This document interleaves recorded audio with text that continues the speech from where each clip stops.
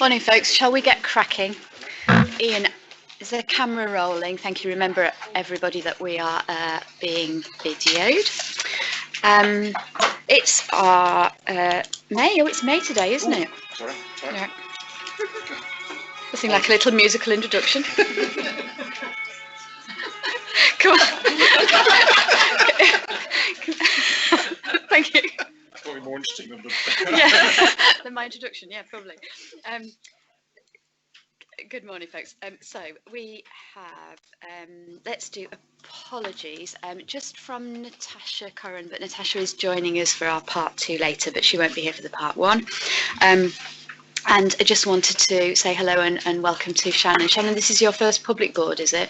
Yes. Even though you've been to our previous seminar, so welcome. Declarations of interest. So I think there will be some declarations, particularly about the item on the Junction Walk-in Centre. But what we'll do is we'll hold that until we do that paper so that we can discuss them. Are there any declarations on any other part of the agenda? No? Good. Okay. And we are quorate up to here. Good. Right. Let's do minutes of the meeting from the 6th of March. That was our last public meeting. Meeting in public. Anything on accuracy, first of all, anybody wanted to flag? Stephen.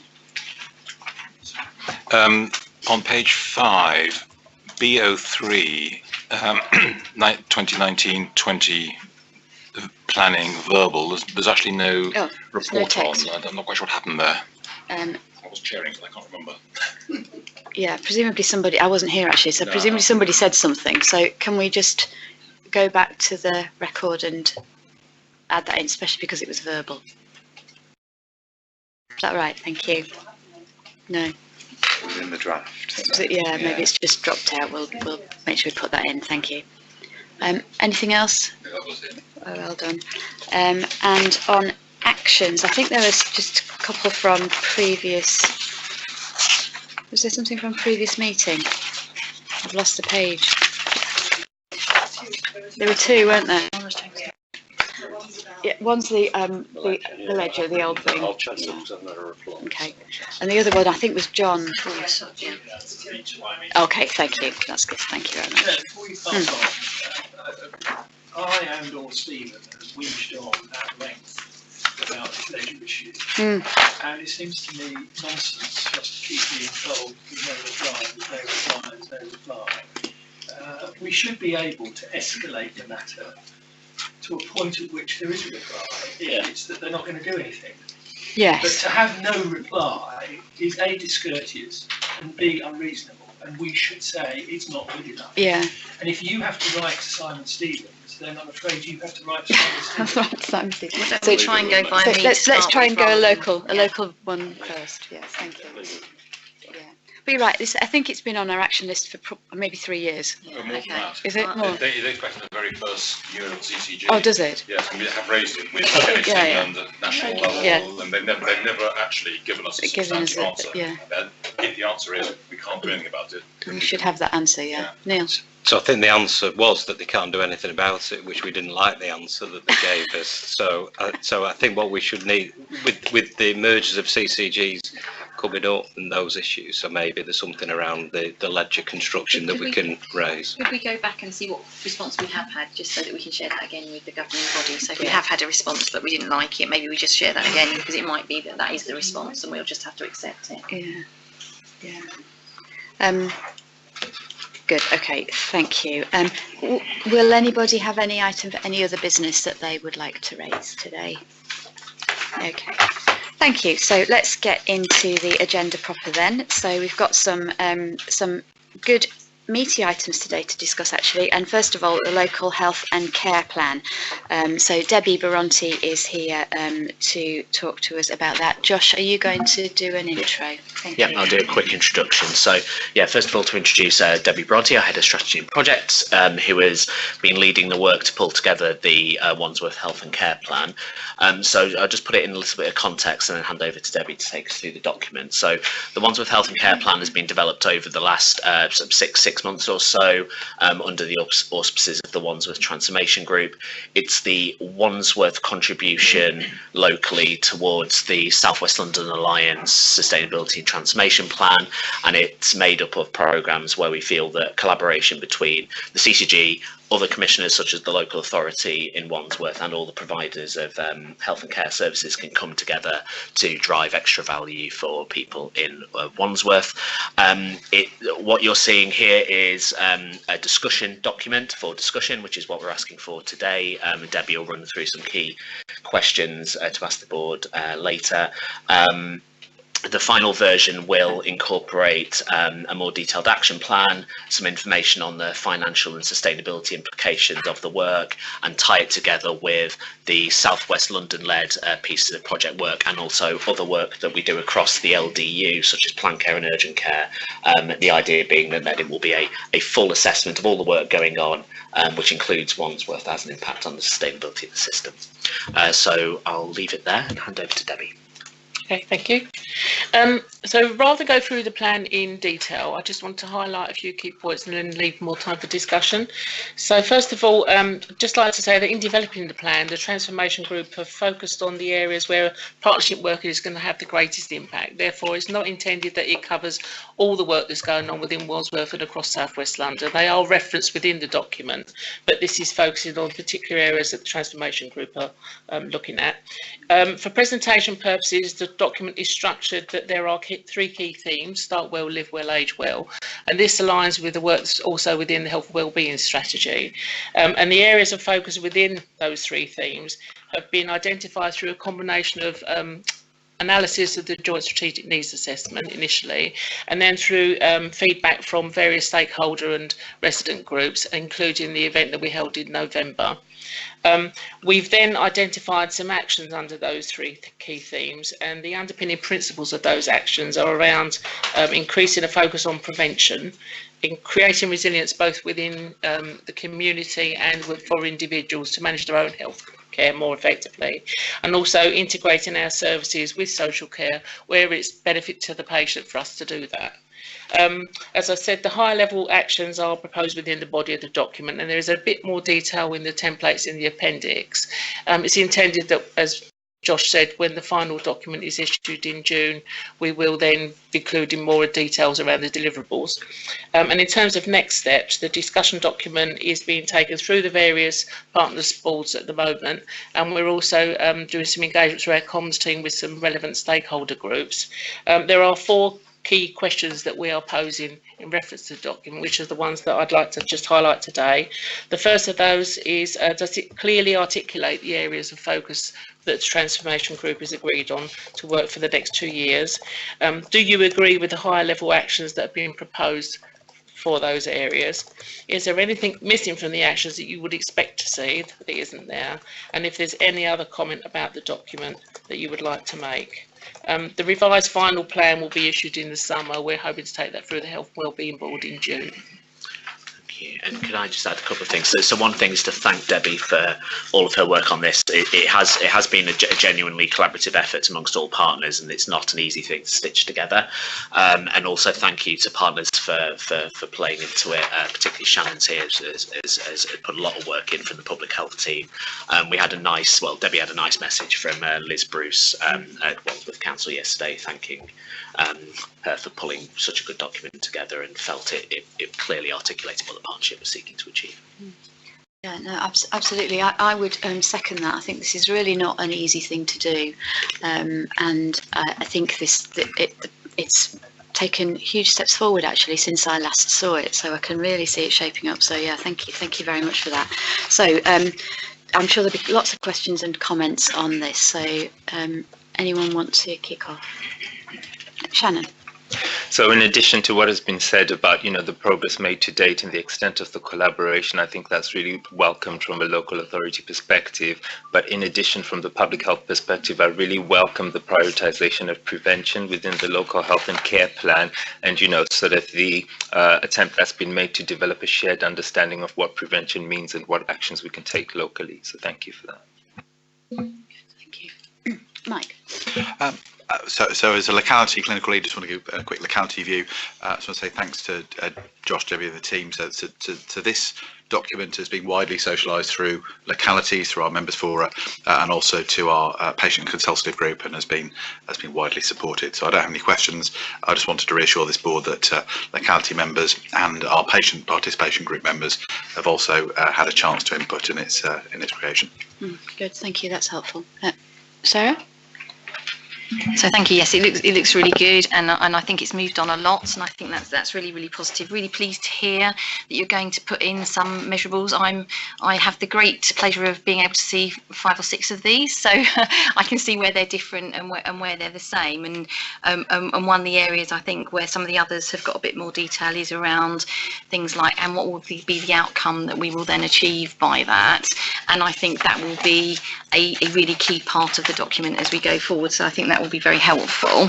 And I just had a little bit of a comment just around so the other work and acute transformation, and it's things like, so outpatient transformation is a really big issue for the NHS. It's in the long-term plan, and I'm just wondering if maybe some of those things can be brought out a bit clearer in the document, so they don't feel like a bit of an add-on, if you see what I mean. So because I think it's really great that this is all everything in partnership, but there are also some kind of things like 30% reduction in outpatients that we absolutely have to achieve, that it would be really good if they were shining out maybe a little bit more, so that we can see that it's a health and care plan and that we've got the whole of it in there. So I know it's in there, but it looks a little bit like an add-on at the moment. So I think when we have the final view and we've got those bits of work written up in more detail, plus some of the other bits of work that we collaborate on across South West London that are still obviously as relevant to Wandsworth as anyone else, they will go into that final version. So we meet regularly with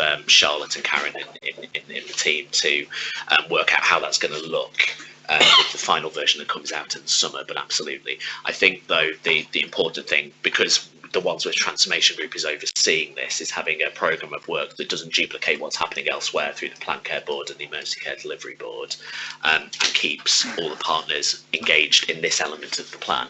But absolutely, the final document won't make sense unless all of those other things are roped in and show the full picture.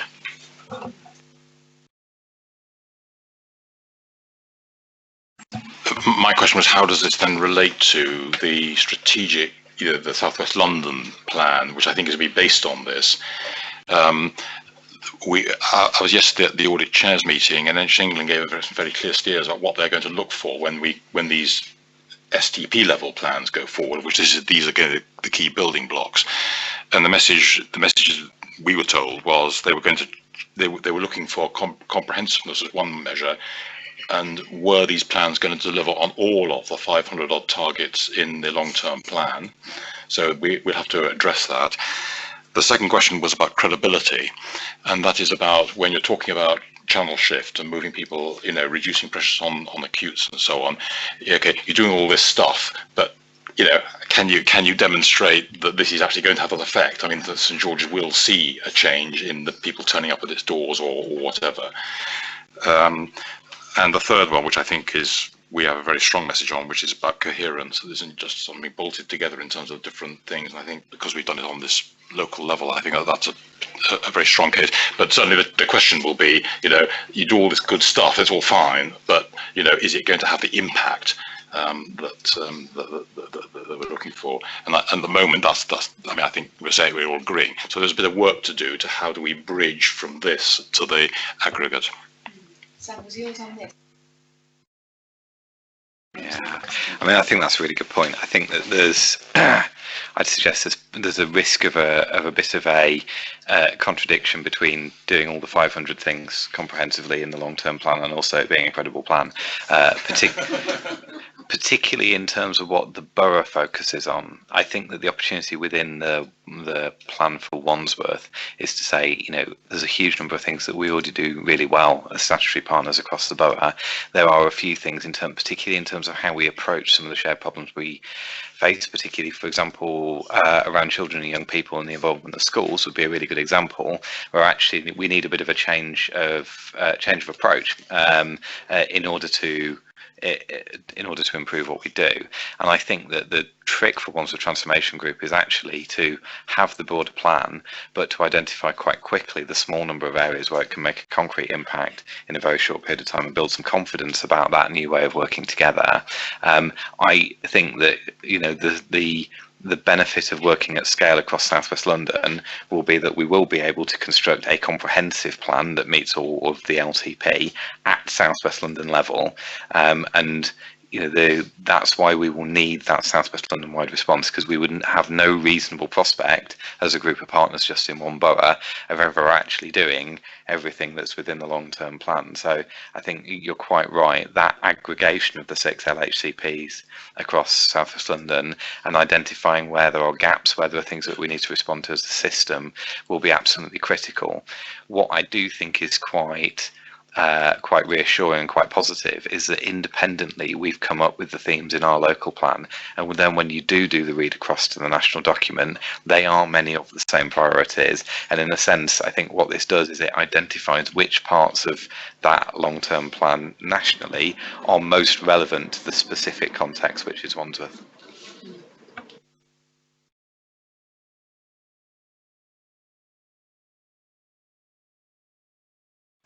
Thank you.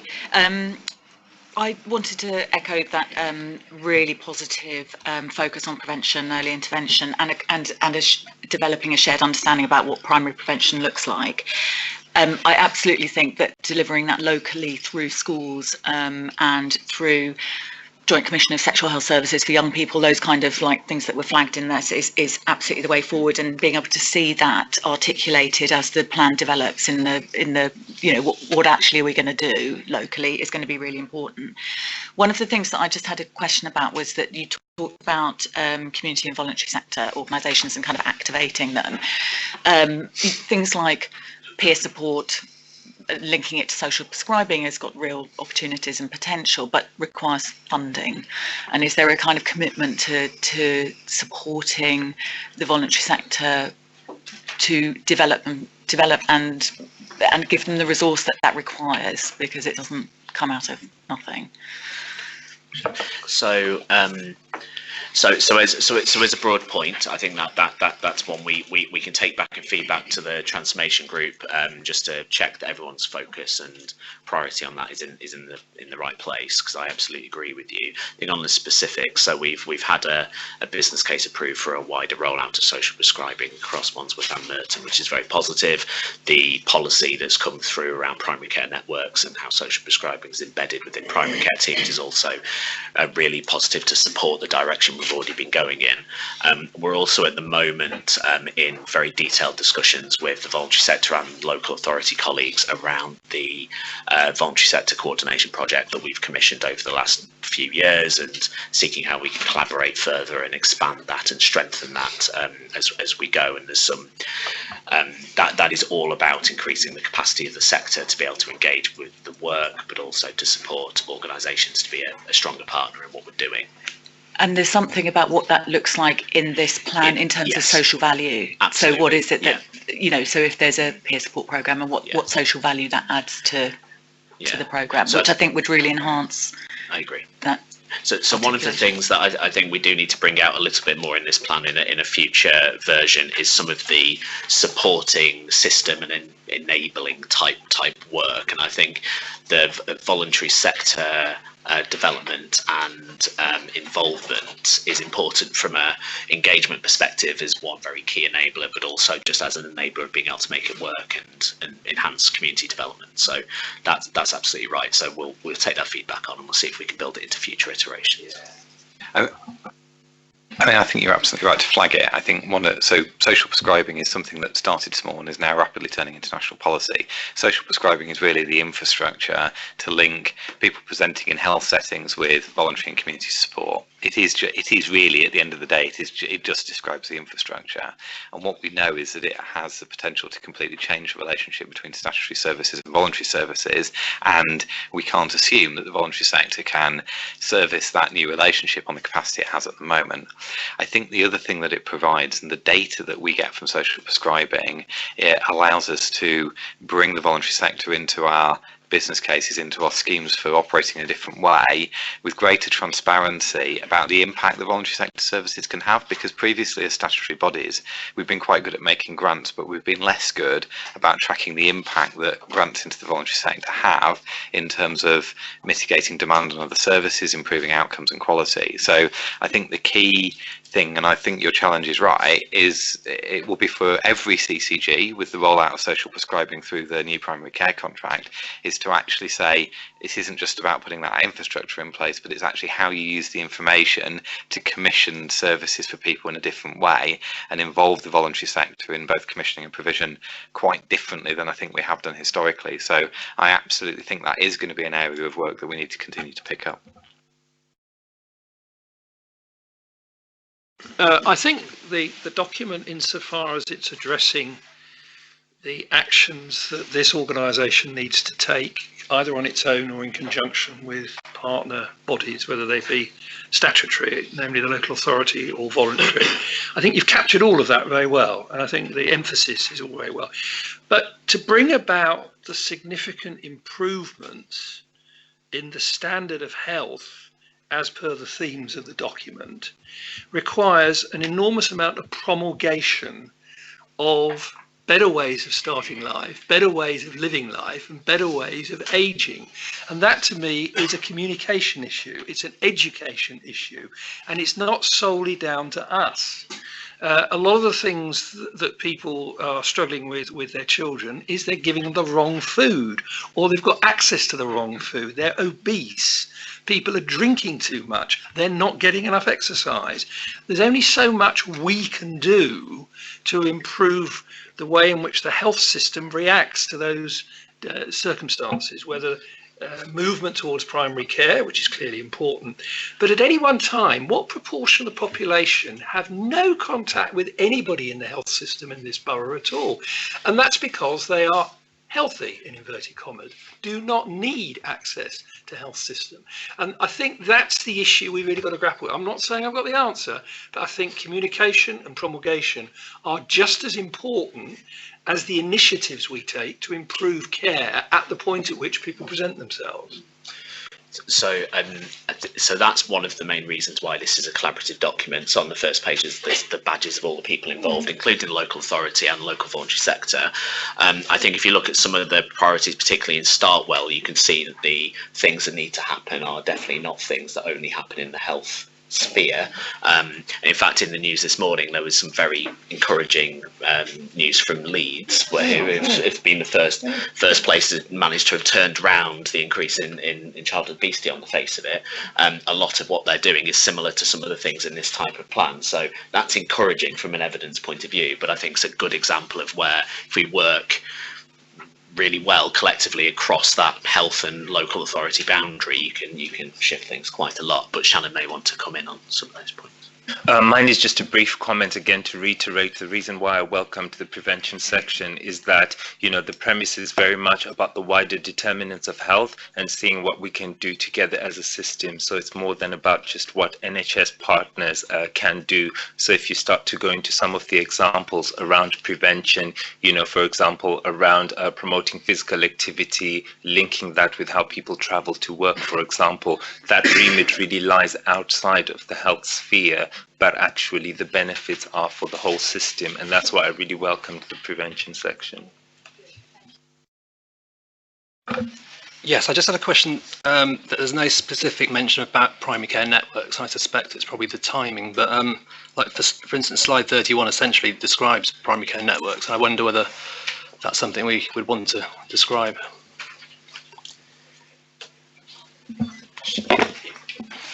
Yeah, I think there's something around drafting these type of documents as things are coming out live. So yes,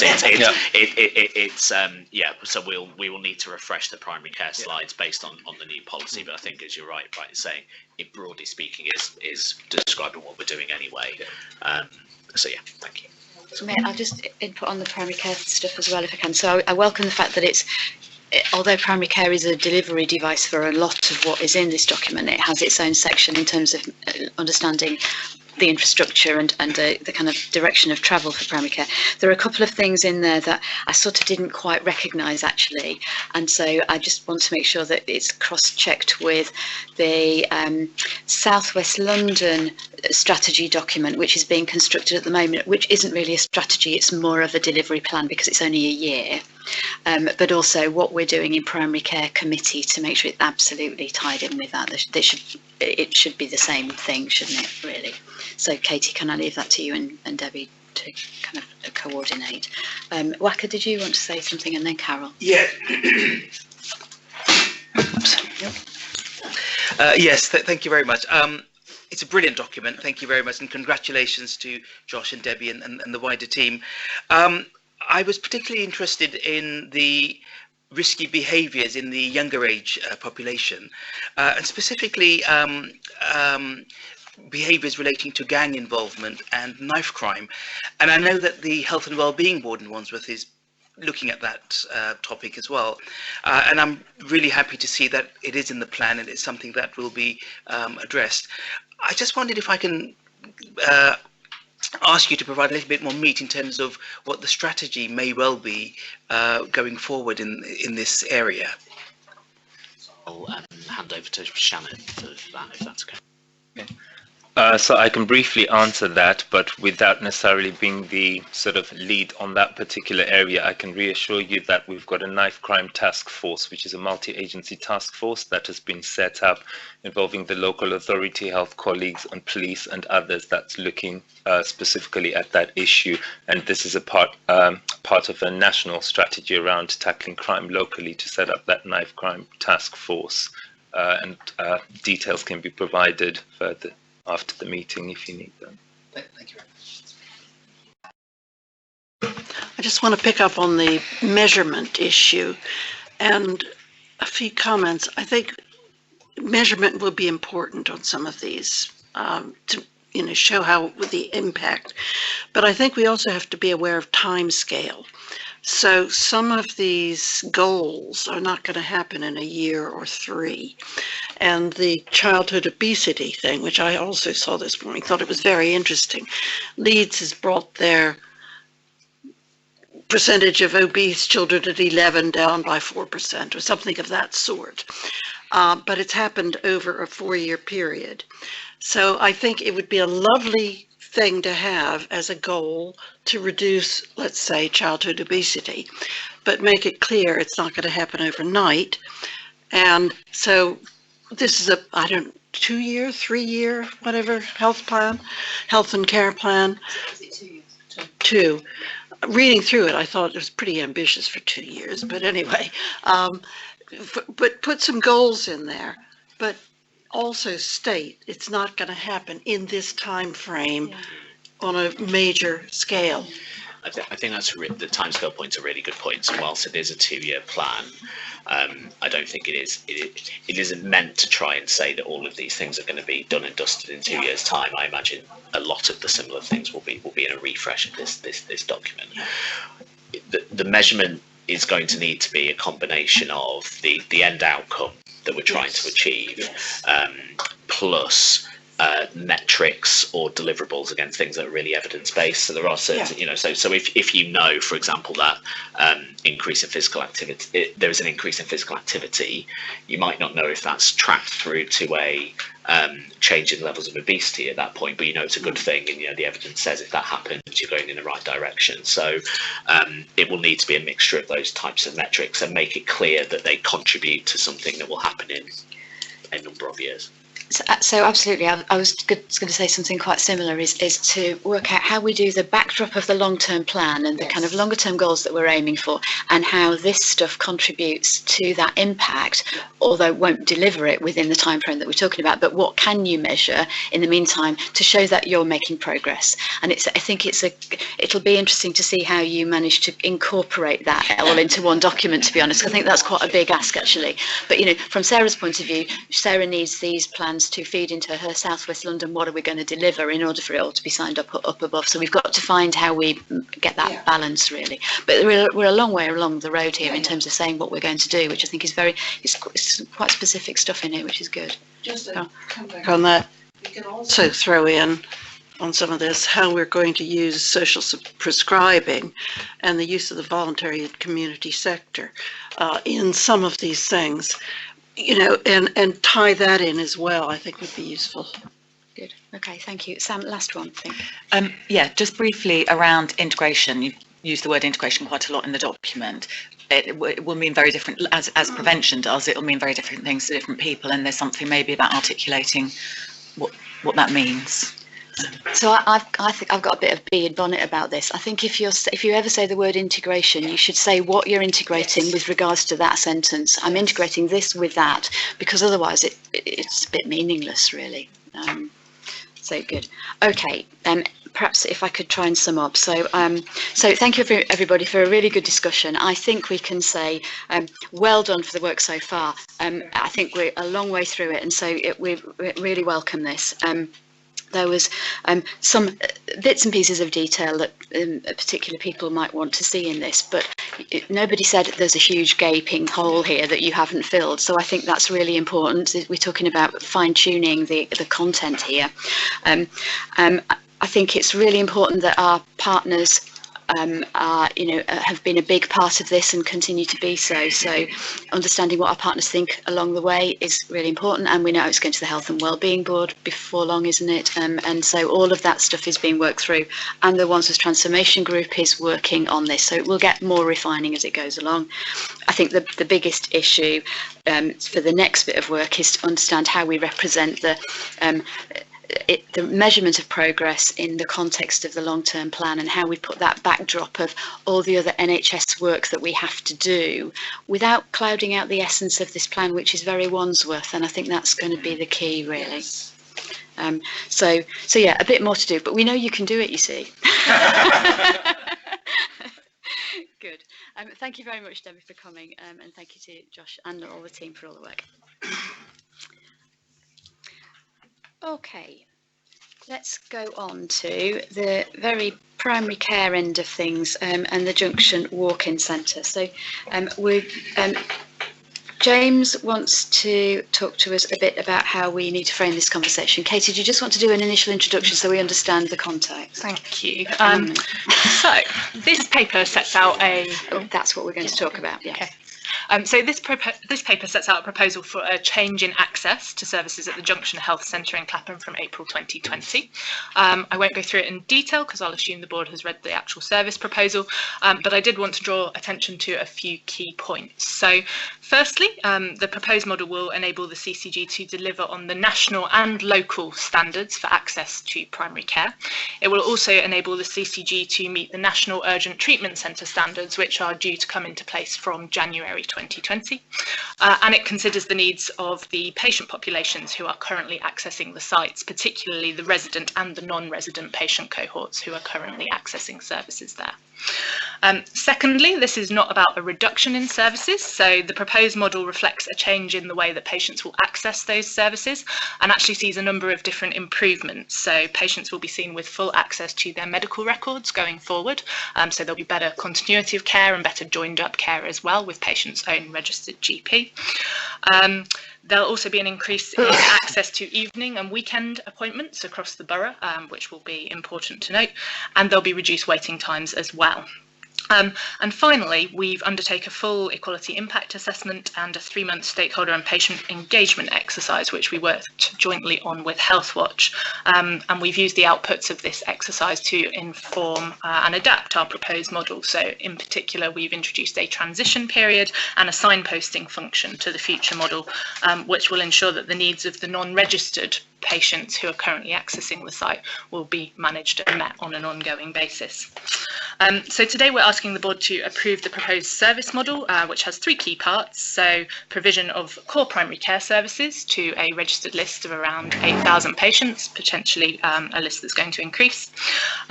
Provision of a hub service, which enables patients to access primary care 8 till 8, 7 days a week when their own practice is closed. And thirdly, the incorporation of this transition period, which will support the move to the new access arrangements in a planned and managed way, which ensures that all the cohorts of patients will continue to have their needs met. So recognising that there are essentially some see conflicts of interest with regards to. Yeah. So, I mean, I think the first thing to say is that the decision to procure a single APMS contract has already been taken by the Primary Care Committee in a unconflicted way, which is the role of the Primary Care Committee. It has the delegated authority from NHS England to make decisions on that basis. The decision in front of us today relates to the service model.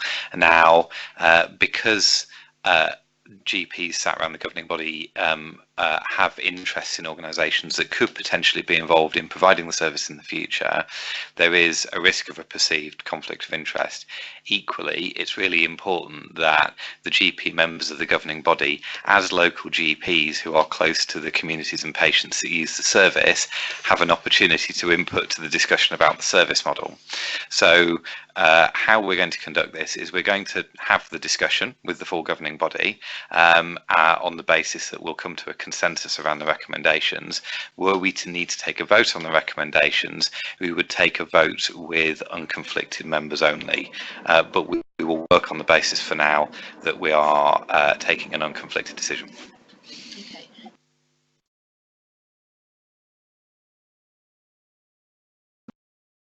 Everyone is aware of them, so Waka. Thank you, Nicola. My practice is a practice which has formed a primary care network that involves the Junction Health Centre. So any voting would mean that I would be voting on the potential future of a member constituent of the primary care network. And I'm not entirely sure whether that is a good thing to do. So I would need to. So you wouldn't be voting, right? Yes, I would need to refrain from voting. Would be a good thing. Rue as well. Sort of on similar lines. So my practice has been working in collaboration with other practices looking at procurement opportunities, and we have expressed an interest in Junction. So I think that is a conflict. Yeah. Okay. And of course, all the GPs are member of the local GP Federation, which I don't know the situation, if I'm honest, because I'm not close to it regarding their potential plans, but we're going to assume that all the GPs may have a conflict of interest, even if they don't quite know about it yet. So so we want to be able to talk about what's good for patients and this service model, and I think that's really, really important for us to be able to do. But in the event of any kind of decision or vote on this, then we would not be GPs would not be part of that. Stephen, Carol, Chris, happy with that? Yes. Okay, great. Thank you very much. Okay, so Katie, anything else to say? Can we just launch into a discussion on that then? Great. Good. So, comments, questions, reflections on this? Chris. These proposals seem eminently sensible, so I have no difficulty with them at all. My reading of the paper and an aside question to Neil's confirmed that these proposals are going to be cost neutral. I think it's important that if the board support the proposal, that it's clear in the minutes that they are cost neutral. So I think just as a matter of process. So I think, sometimes change can be change. Sometimes it can be quite positive. I think there's some really positive parts of this change, particularly around people having continuity of care and access to medical records. And I think it also fits with the sort of national strategy of how we move forward with primary care. So from my perspective, I think this is a good fit for the future. I think that it gives added benefit to local population in Wandsworth, and it's a service that I think will be valued in the future. So I think it's a really good piece of work. I recognise that sometimes change is difficult, and some people may see any change as something that they may not support. But my view is that from my reading of it, this is a positive change, and therefore we should be supporting it. I just actually wanted to say that I thought it was a really good process that's been done, and particularly in terms of engagement, thinking about more vulnerable parts of the population, and it feels like this has been a very thorough process in terms of making sure that people's voices are heard and that our more vulnerable patients' needs are being considered. Rick. Actually, along those lines, this has also gone through the patient groups. So from a West Wandsworth perspective, there were no specific concerns raised. Okay, thank you. That's helpful. Jamie. Thank you. If we're talking about engagement, I'd just like to say many thanks from Healthwatch to the DPI team, because the staff who were involved thought it was a really stimulating exercise, and they actually enjoyed it. And their comment to me was that this was a model consultation in every way. It was just perfectly done. It was a model consultation. So wow, that's amazing feedback. Gosh, thank you very much. I really appreciate that. We have tried hard. We really have tried hard. Carol.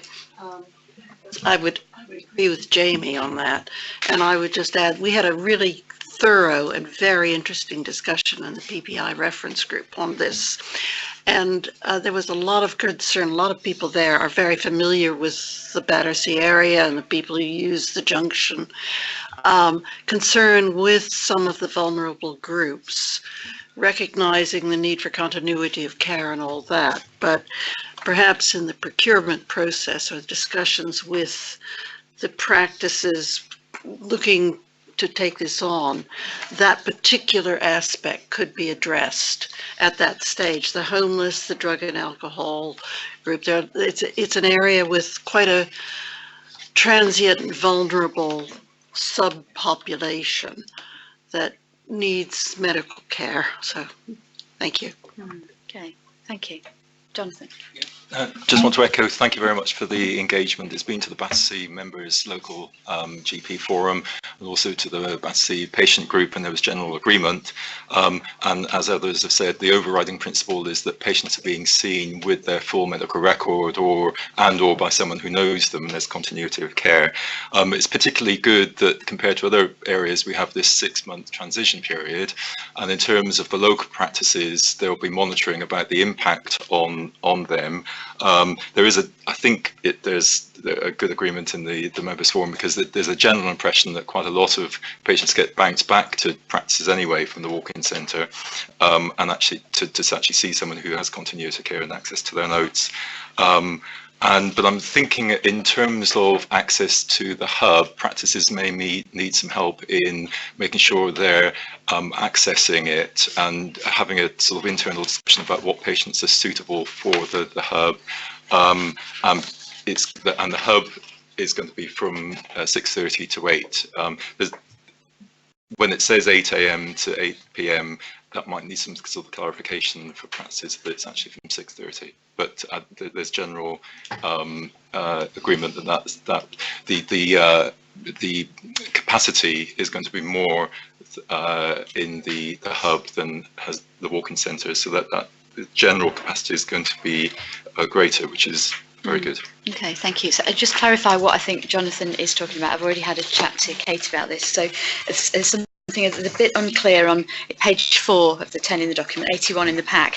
So in the second bullet point, it says an access hub for Wandsworth, and it talks about 8 a.m. to 8 p.m. And then further down the page, it's in part 2, delivery of the hub service model, it says 6:30 to 8 p.m.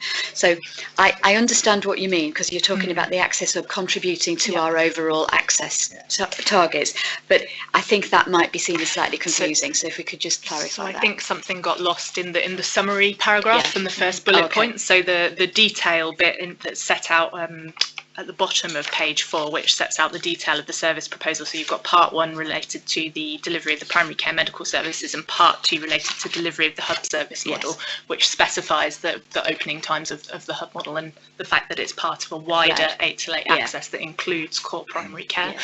So that's how the whole paper should understand. Might just need a tweak, so that because it's on the same page, you kind of cross-read it. And I think, and then the capacity issue. So on the next page, 82, there was a paragraph I just didn't quite understand.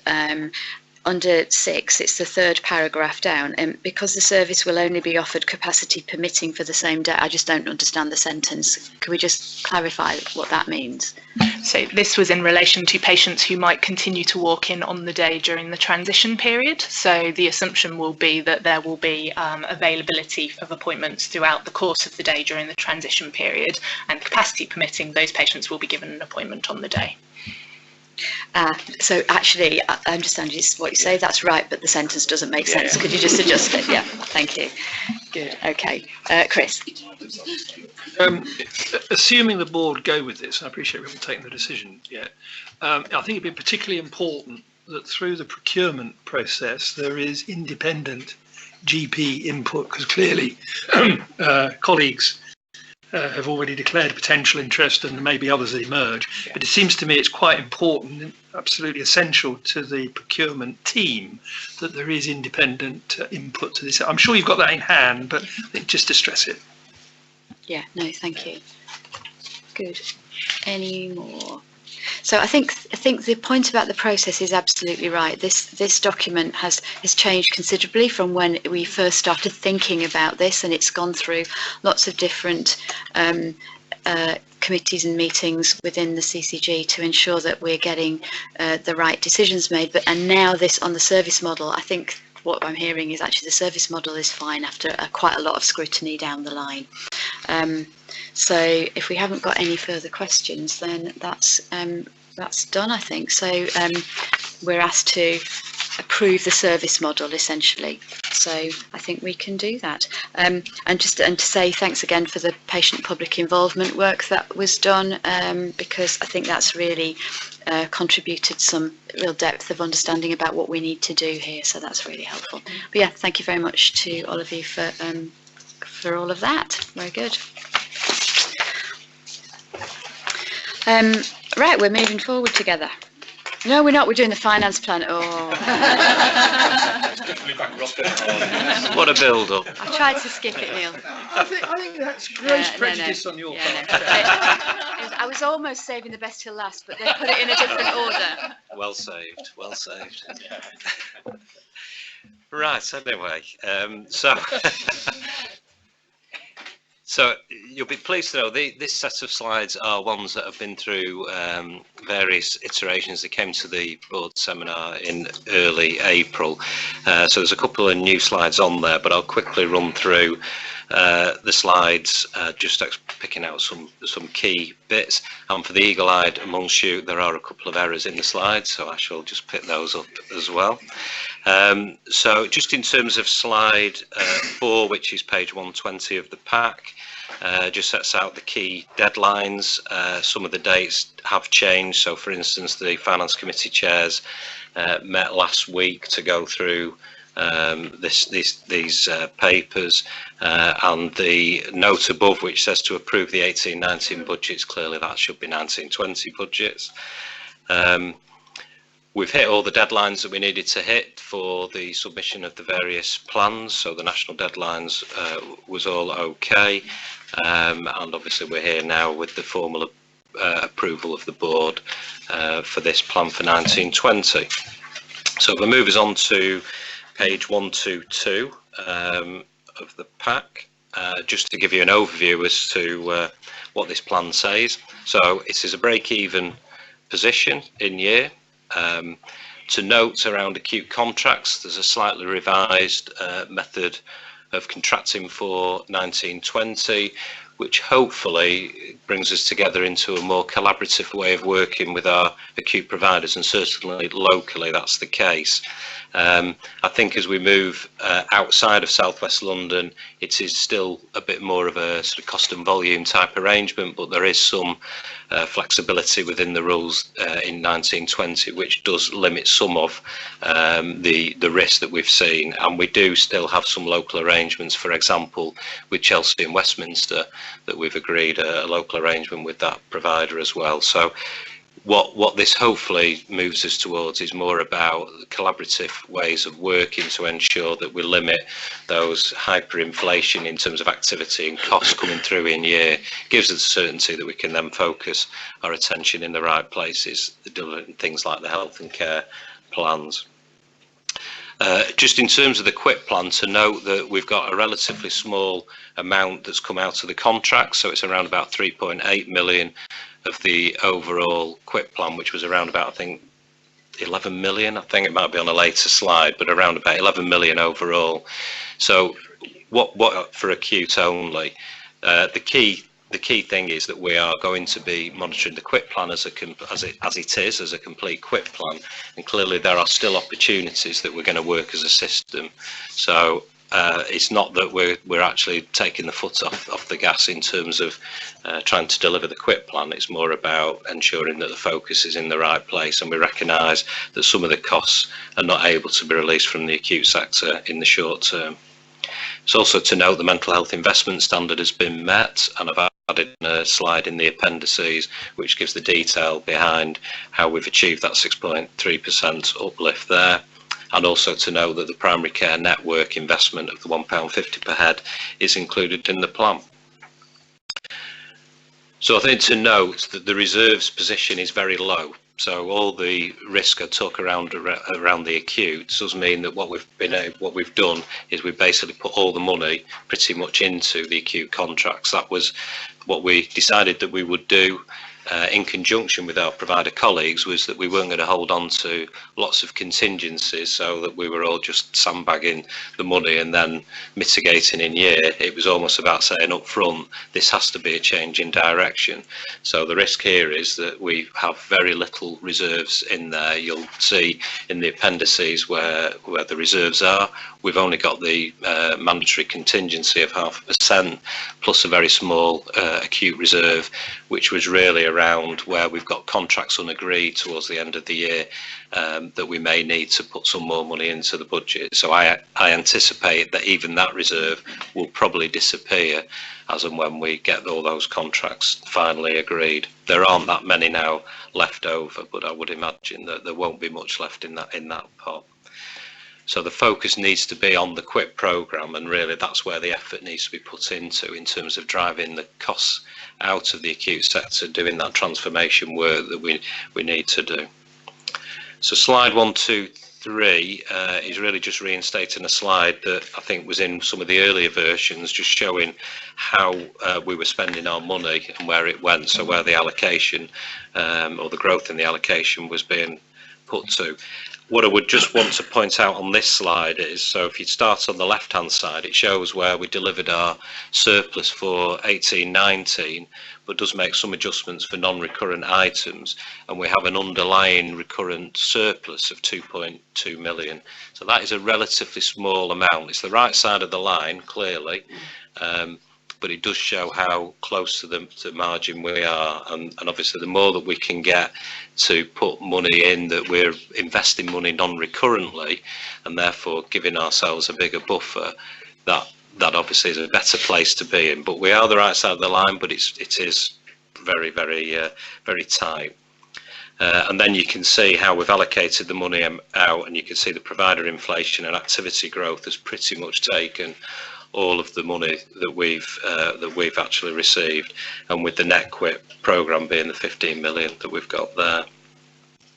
The following slides really just take you through. I'm not planning to, unless people have got any questions on those particular slides, really just sets out one, how the control total, what the movement from 18-19 to 19-20, how the QIP plan has been set, and what the percentage the QIP is as our resource limit, and the contingencies and reserves that we're holding. On slide 125 just takes you through a little bit more detail in terms of the headline investments that we've put into each of the areas. So you can see within that we've got the increase in the delegated primary care, the increase within the mental health investment standard as well.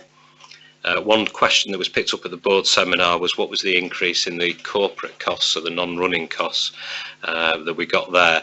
Again, a slightly presentational issue in that the 4.6 removes some non-recurrent money. So that's the non-recurrent money that we put into the health and care partnership and to the void costs. So that always gets taken out, but then is reinstated back into the plan. So that's why you've got that increase, because basically it's just to do with that. So what you would have done is probably just left those in as because they're sort of non-recurrent, recurrent items, but that was what, yes. Rather than recurrent, non-recurrent. Yeah, well, okay, so that was the reason for that increase there. Slide 126 just takes you through the assumptions. I think just a couple of observations on here. The acute provider efficiency, so whilst they were national, that was the national uplift that was applied to the tariff. It varied significantly by CCG and provider organisation, and there was a significantly higher tariff impact due to the fact that things like Sequin was put into the tariff, and there was other areas outside of what they've put in here. So the tariff impact was probably nearer to 4% overall, rather than the 2.7%, which was what the national uplift to the tariff that we've seen. And then also to note on continuing care and prescribing inflation that those amounts did go in, but we've taken out quit values that will eat into that growth. So when you look at those numbers, you'll see they're not quite as those percentages have not been left in right at the end. Slide 127 still has reference to Merton CCG at the top as an error, so that should be ones with CCG, and the numbers are definitely ones with CCG's numbers. But I think to note some of the risks here is the assumption at the moment that we can mitigate all our risks, but clearly working with the acute provider around the QIP is going to be key to ensuring that we don't have any unforeseen cost pressures emerging in year. Slide 128 just shows you the breakdown of the QIP plan, showing what the split between the acute and the non-acute areas. There is a note in there which says total unidentified QIP of 1.6 million. This is now a fully identified QIP programme, so we have no unidentified QIP at all. And then the appendices are really just the budgets that now have all been signed off by the directors. So Appendix 1 and 2 in particular, and then Appendix 3 is an extract from the financial plan that got submitted to NHS England around the mental health investment standard. So this is for approval, but I'm happy to pick up any questions. I don't know whether James wants to say anything on the sort of wider.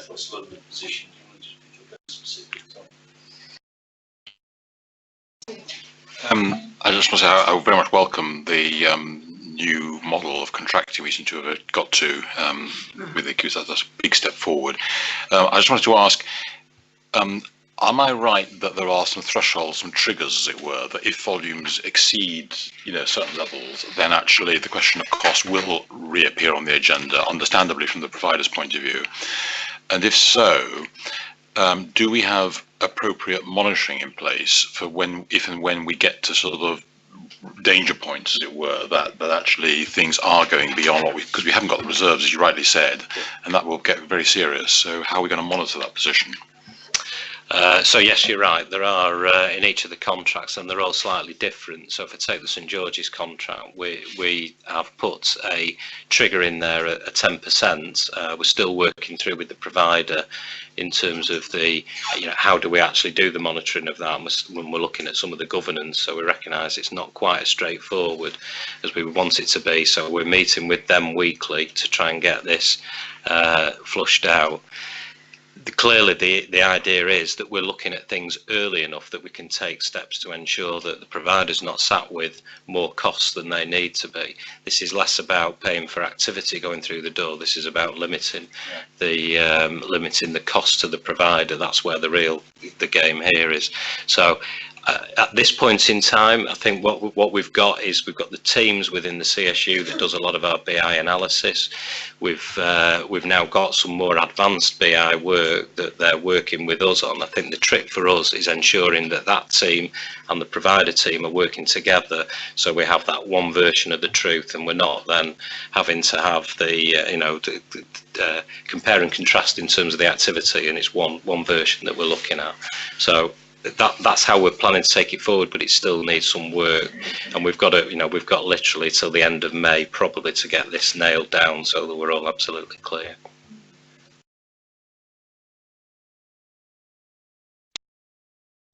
Yes, I I think it means that we need to think about regular reporting on that. What trigger points are we getting within some sort of risk level? I mean, I think that what's really important around that is that we continue to monitor the activity under the contract anyway. We need to have, the transformation needs to work because we need to have the right outturn in terms of activity levels, so that the arrangement, the money that's required to run the acute estate in 2020, 2021 is actually affordable. There's no point in having this arrangement for this year if we don't use it to give ourselves a headroom to do transformation. I do agree with you, putting the specific triggers that relate to each individual arrangement on the on that tracking is something that we should do, particularly for Finance Committee and within the quick monitoring as well. But just, I mean, if we just talk, for example, around that 10%, that 10% would be, although we've had overruns on St George's in the last couple of years, would be many times the overruns that we've seen on St George's in the last couple of years. So I am reasonably confident that we're not going to be getting into that territory. Notwithstanding that, I agree the point around controls. I think Neil has underscored the limited scope, given the level of reserves that we've got left for any unforeseen circumstances, not necessarily any problems that may arise in the acute side. But I want to put two other points, if I may. The first point is, I think the board should acknowledge and thank the executive as a whole for the hard work that's, I mean, but putting the figures together in a table, if I may say so, is the easy bit. It's that the figures reflect a lot of hard work that's gone on behind the scenes, and I'm sure Neil would agree. So I think that's a tribute to all of the executive, not just the finance team. And the second point, which I think James was alluding to but didn't develop, is of course we are aware that elsewhere within the alliance there are other financial pressures, and that given that the envelope of control is now effectively the alliance envelope, we need to be conscious of the fact that as other pressures may emerge in neighbouring CCGs, we may or may not be asked to contribute in some way or another to what that is. What I think we have demonstrated is absolute transparency about where the money's come from and what we've done with it and what we are left holding on to. I think that's the important point. Yeah, thank you, and thank you on behalf of the rest of the exec. I'm sure that there's been a lot of hard work by everybody, I think, to get to this point. So what I would say is, even though we've got less contingency, we've also got less risk, and I think that's really important. And the issue on the other parts of the system, and I will say system rather than CCGs, because what we've agreed across South West London now with all providers is that we are treating this as a system.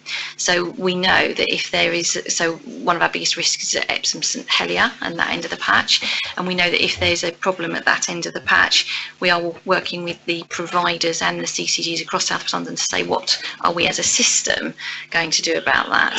So we've broken down the commissioner provider kind of discussion, not just as St George's to Wandsworth and Merton, but also St George's with Epsom St Helier, with Kingston, with Croydon, and how we work together as South West London. I'm not sure how that's going to work yet, to be honest. We are still working through that, and I know that James has been working with the directors of finance across the providers to say, how do we manage financial risk within the system of South West London going forwards into this year. But it's definitely a better place than we were last year, and the level of risk has reduced considerably because of the way we're working, and has really focused people on the right things, which I think is the most important part of this. I just wanted to assure everyone we're not losing any of the monitoring that we've already had. What we're trying to do is to move that into a different space, so that actually it's a more robust set of figures that actually is owned by the whole system, rather than an opportunity to have the commissioners and the providers kind of discussing whether or not the accuracy of that data. So we do less time discussing the accuracy and more time working out what we're going to do about the problem. So that's.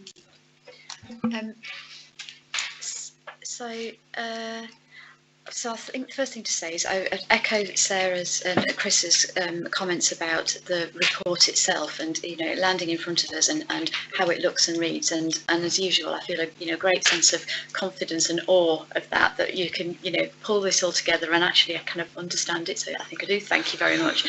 So I think that's really important. She understands it. Your job is to enable us to understand enough so that we can tell what's going to happen in the organisation as a result of this plan. Now that's really key, and I think that's what I kind of wanted to get to really, because so the margins do seem smaller here. I take what you've just said about kind of the risks there, and the risk looks different to me than this year. So we have to get to the end of this year with what's our level of confidence that we will actually have that surplus at the end of the year, and that's as to plan. It's about commissioning delivery, isn't it? So do we think that given what this looks like, that actually we'll be able to commission to deliver all of the things that we've said we'll be able to?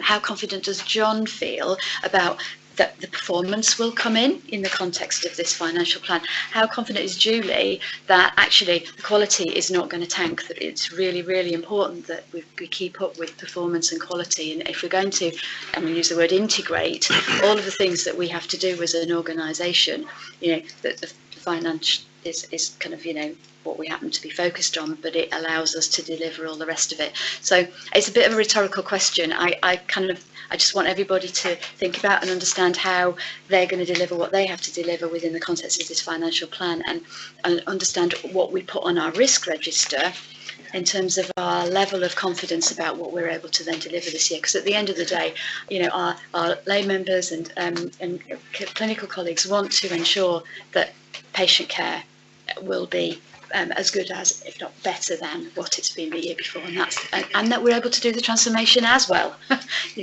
That's really important. So yeah, John. So I appreciate you were looking for a response, but just briefly, I think one of the key things moving forward this year is that joint work, as has already been talked about in other contexts with St George's. So, for example, the A&E position has been problematic over the last several months, and we're doing a joint piece of work with analysts from both the commissioning, from the CCG and from the Trust, really trying to understand what combination of factors has caused performance to play out the way it has. So I think just in terms of a way forward, and echoing some of the wider work that is increasingly one of collaboration, I think that's the key distinction in our performance going forward. And the other thing, as we move towards the ICS model, is the wider flexibility that gives us around what do we track. And yes, we still need to track many of those process and waiting time measures, but is there another degree of sophistication that we can start to track collectively, which will give us a whole other view into local services. Okay. Great, so shall we talk about South West London? Did you want to do that? Well, I think Sarah's done most of it. I think the important thing, just to build on that though, this is going to be a transition year. So when we get into the next conversation, we're going to have about moving forward together. When you think about the system working and how we pull that together, and what Sarah was talking about, how we work as a system with finance directors and across the providers, that's the key bit we need to get to. So it's really just to reiterate that we can't take our foot off the pedal. Though we've got block contracts, we've got to deliver the quit, we've got to reduce the cost in the system, because that sets us up for next year. So the bits of work we're looking at now, and it's in preliminary stage, is one around how you work some of the financial flows differently so we can build on what we've done this year, because surprising as it sounds, this is the first year that all the providers and all the commissioners have not only had aligned contracts, but they've had aligned contracts in plans, which I know sounds bizarre, but it's that's the first time we've done that. So it gives us a really solid base to move forward. We're already starting to prepare for next year's planning round already, because we think we can do that much differently, and we can set out actually what the financial envelopes are over the next 3 years. We know what our allocations are. There's work we can do around that. So that all needs to build on, but it doesn't take away from that delivery. What it does enable us to do is focus on delivery rather than chasing around bits of paper on how you challenge this and bill for this and bill for that. So that's going to be quite a fundamental change. So that work will come on. We'll no doubt pick it up when we go through the moving forward together sort of agenda.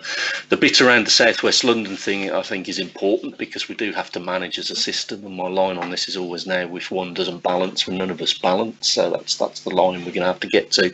And what we have to recognise is that South West London is part of the London system, and we know at the moment that London is struggling to balance its books. So I've no doubt that'll be another iteration that will come round over the coming year as we try and work out how we balance South West London, and then as part of London, how we balance London. So it's all changing. I think we're in a strong position now. We've got much different working relationships, which Neil has talked about in how we've arrived at the plan, and we now need to build on those, and I think that'll put us in a much stronger position.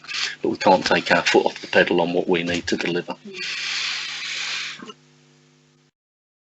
Ask if you just unpick a little bit the managing as a system and go back to Chris's point about control totals.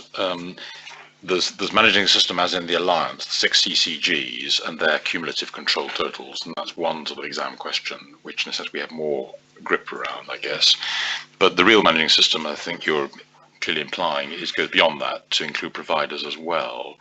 And that seems to me, if we are seriously trying to manage, if that is one of the requirements being laid on us, then we've got a whole different dimension of risk, where we as a CCG are much less cited and indeed have less control, because clearly provider risks are, go beyond what we've traditionally concerned ourselves with. And as a specific example, if we're talking about George's, for example, then we know that, for example, specialised commissioning is one of their their biggest customer. So I understand that Specialised is also doing a block contract type arrangement this year, so that in a sense perhaps mitigates that risk. But if that doesn't, that is as important to the managing the system actually as what Wandsworth or indeed Merton do. So I just wonder if you could unpack a little bit what are we really having to do this year? Where are you being hit around the head? Is it all of the above? Yeah. Whatever suits people, I expect, because we are in a transitional basis, aren't we? So we're trying to work. Everybody's trying to work, whether it's us regulators, providers, in a new way. So there is a risk, isn't there, that we'll as London, as South West London, and as a local system, will get hit around the head for all of those things. But I think where that really comes into play is the work we need to do around the governance, the reporting, and the financial flows, which we talked about at the joint committee in common, and the work we're kicking off now, because that actually establishes how all the different organisations within their statutory framework can have oversight over each other's positions, and then how you need to manage that together.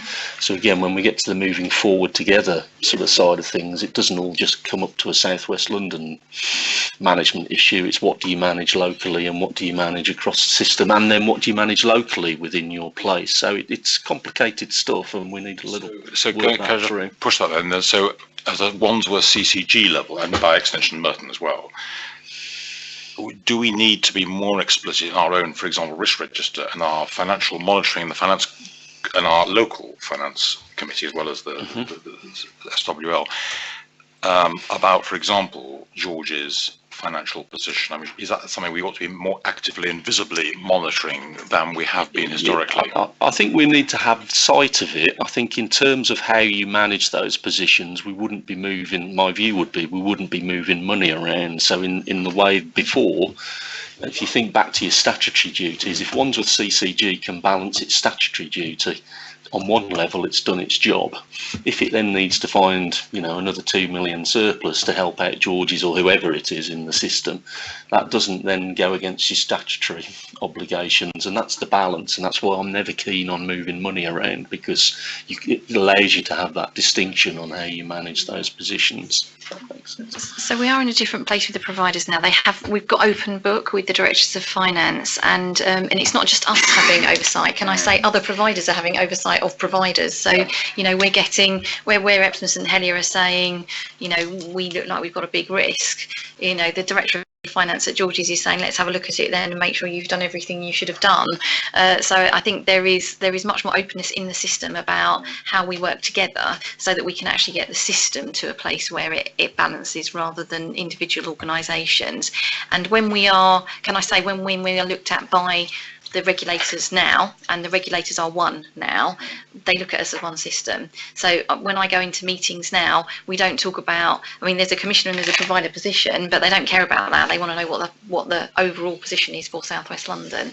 And they will be holding me and others to account for delivery of that, not for Wandsworth CCG or Sutton.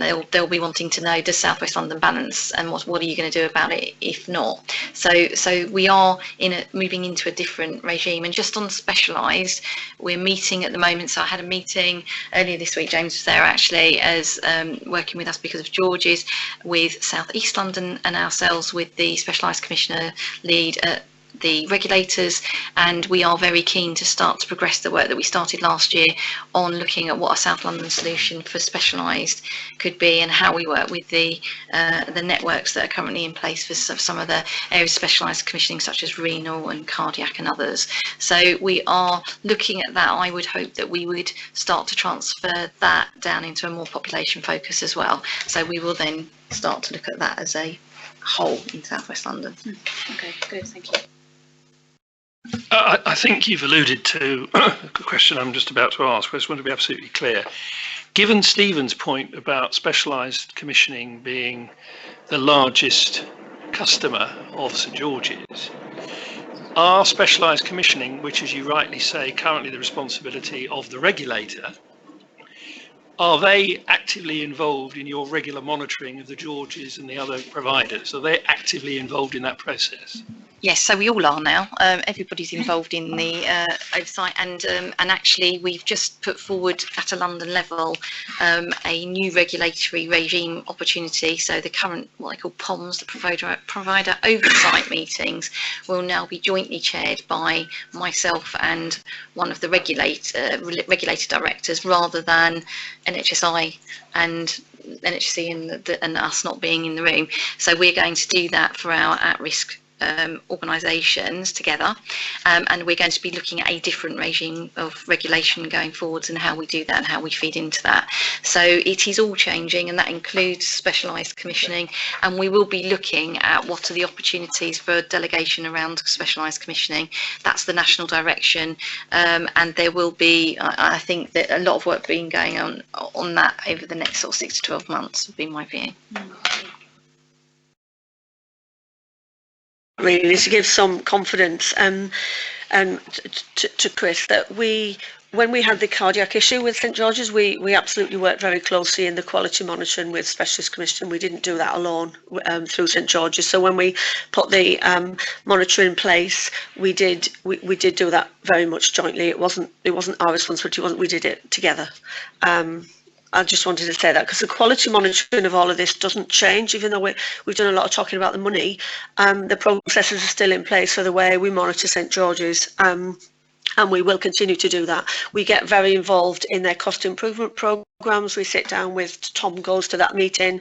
We make sure that we see the risk assessments when they are taking money out of their services. So all of that does go on in the background, and that's separate to the CQRG that we also still have. And those things won't change. We don't look and think, well, there's less money there, so we'll expect less from them. We still expect exactly the same. Can I just very quickly, thank you for that. I mean, I'm pleased to hear that. And I'm also pleased to hear that you're looking at the issue of delegated specialised commissioning work, because there is an inherent conflict for the regulator to also be a major commissioner of services. And given the amount of time and effort we take to avoid conflicts of interest in other quarters, it's important that they recognise that as well. And it sounds as though they do. They do.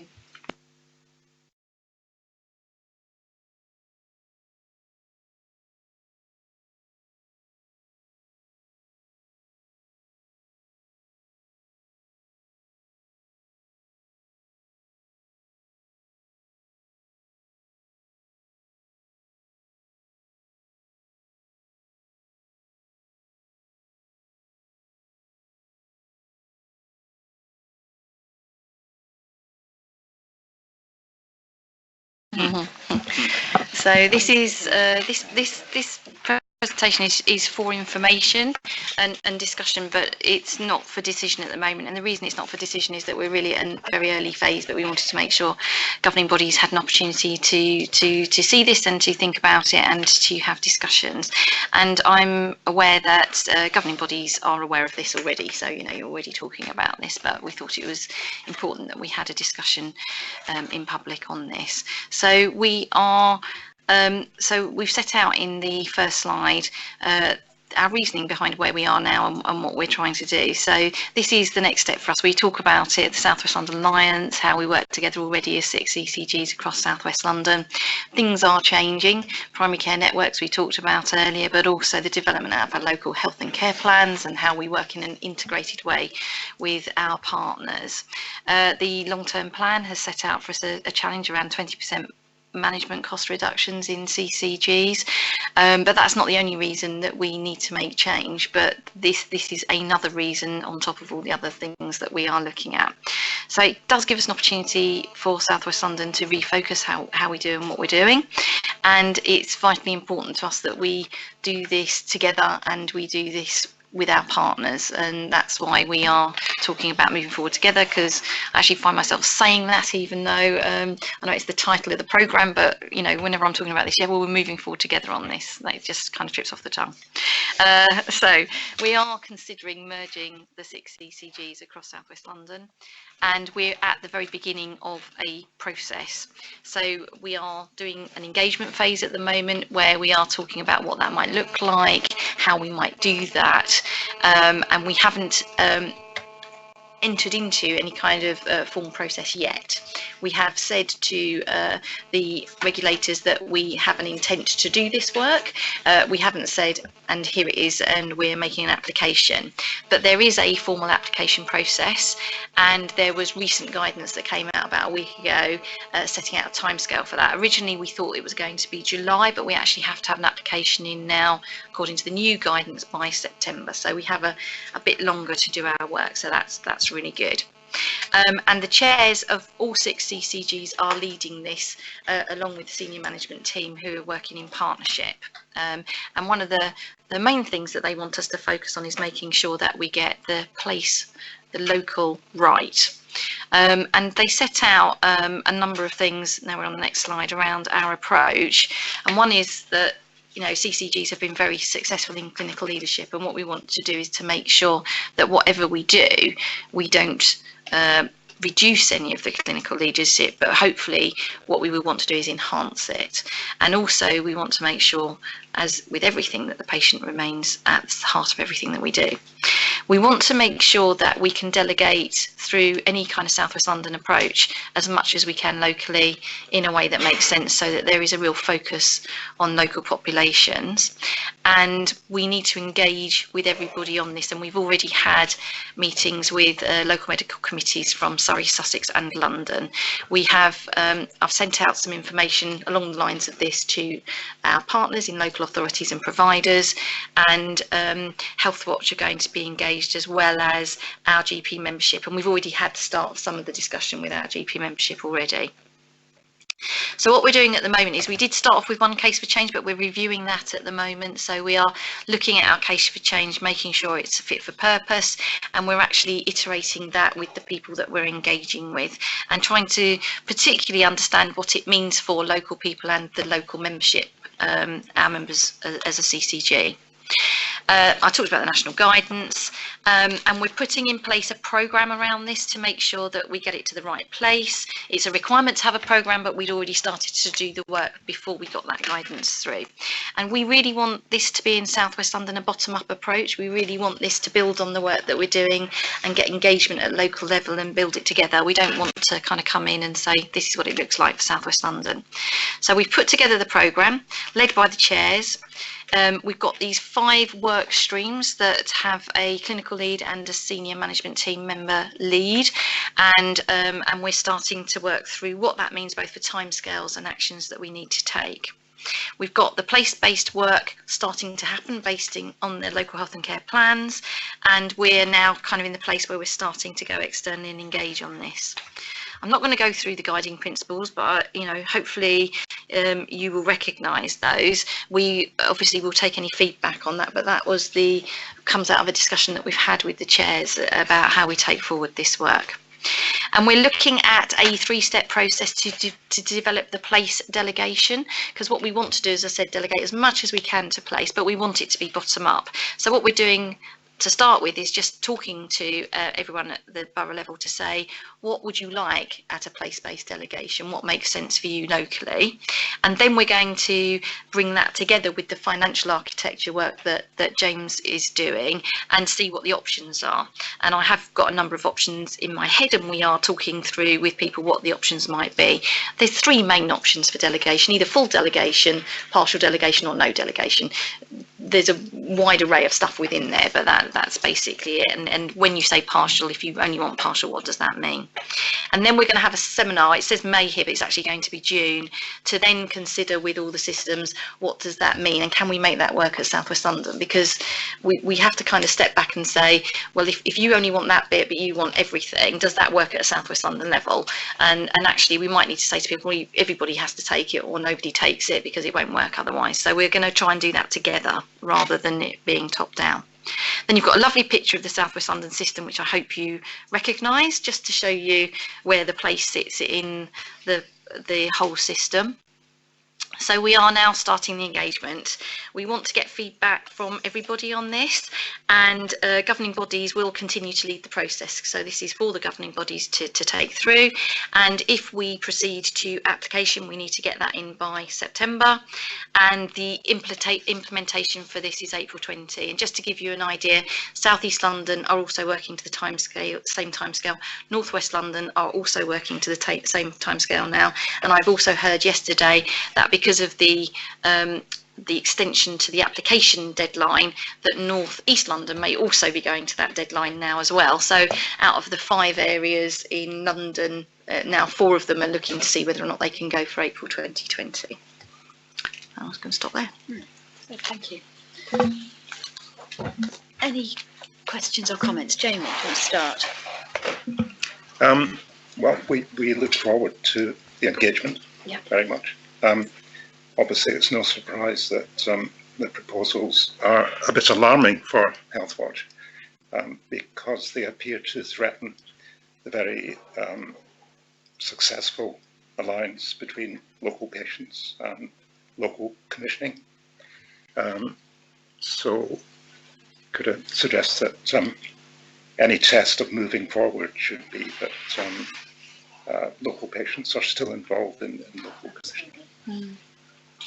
So my respond. I think, Jamie, it's really helpful to raise that concern exists. I think that we are, as well as looking at a potential proposal for South West London CCG, which is where some of our corporate governance and some of where our working at scale would need to sit. The bit that Sarah highlighted is very much about the delegation back down to local place, and about us continuing to have decision making and delegated powers, and really in plain terms, the ability to influence how services are provided at a local level. And I think what we need to do is ensure that there's a really strong role for the local voice and for public and patient involvement within that decision making at a local level. I think there are some issues on which you can have a voice at South West London level, but actually I think a lot of what people care about and what people need to influence and should influence in their local services is at borough. Sometimes it's at smaller than borough as well. So this is something that needs to obviously influence our work with primary care networks. So I think it's really helpful to register that this is a concern we need to address.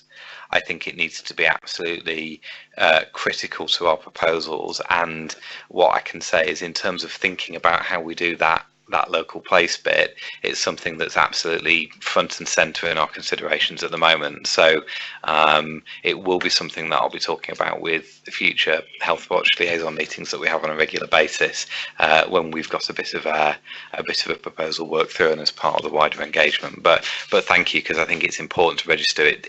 It's absolutely critical that we get that right in this change. Good. Okay. Thank you. Yeah, Chris. Just building on that point about the potential impact proceeding on Health Watch here and equivalent elsewhere within the Alliance areas. It seems to me that if the governing body is going to reach an informed decision about proceeding, it needs to have some criteria established, because the logic of whether there's a decision point about proceeding or not is there's a point at which the board decides not to proceed. And if it decides not to proceed, it needs to be clear why it's making that decision. So I think there is a need to have criteria, what we need to see satisfied. And if they're not satisfied, then we don't proceed.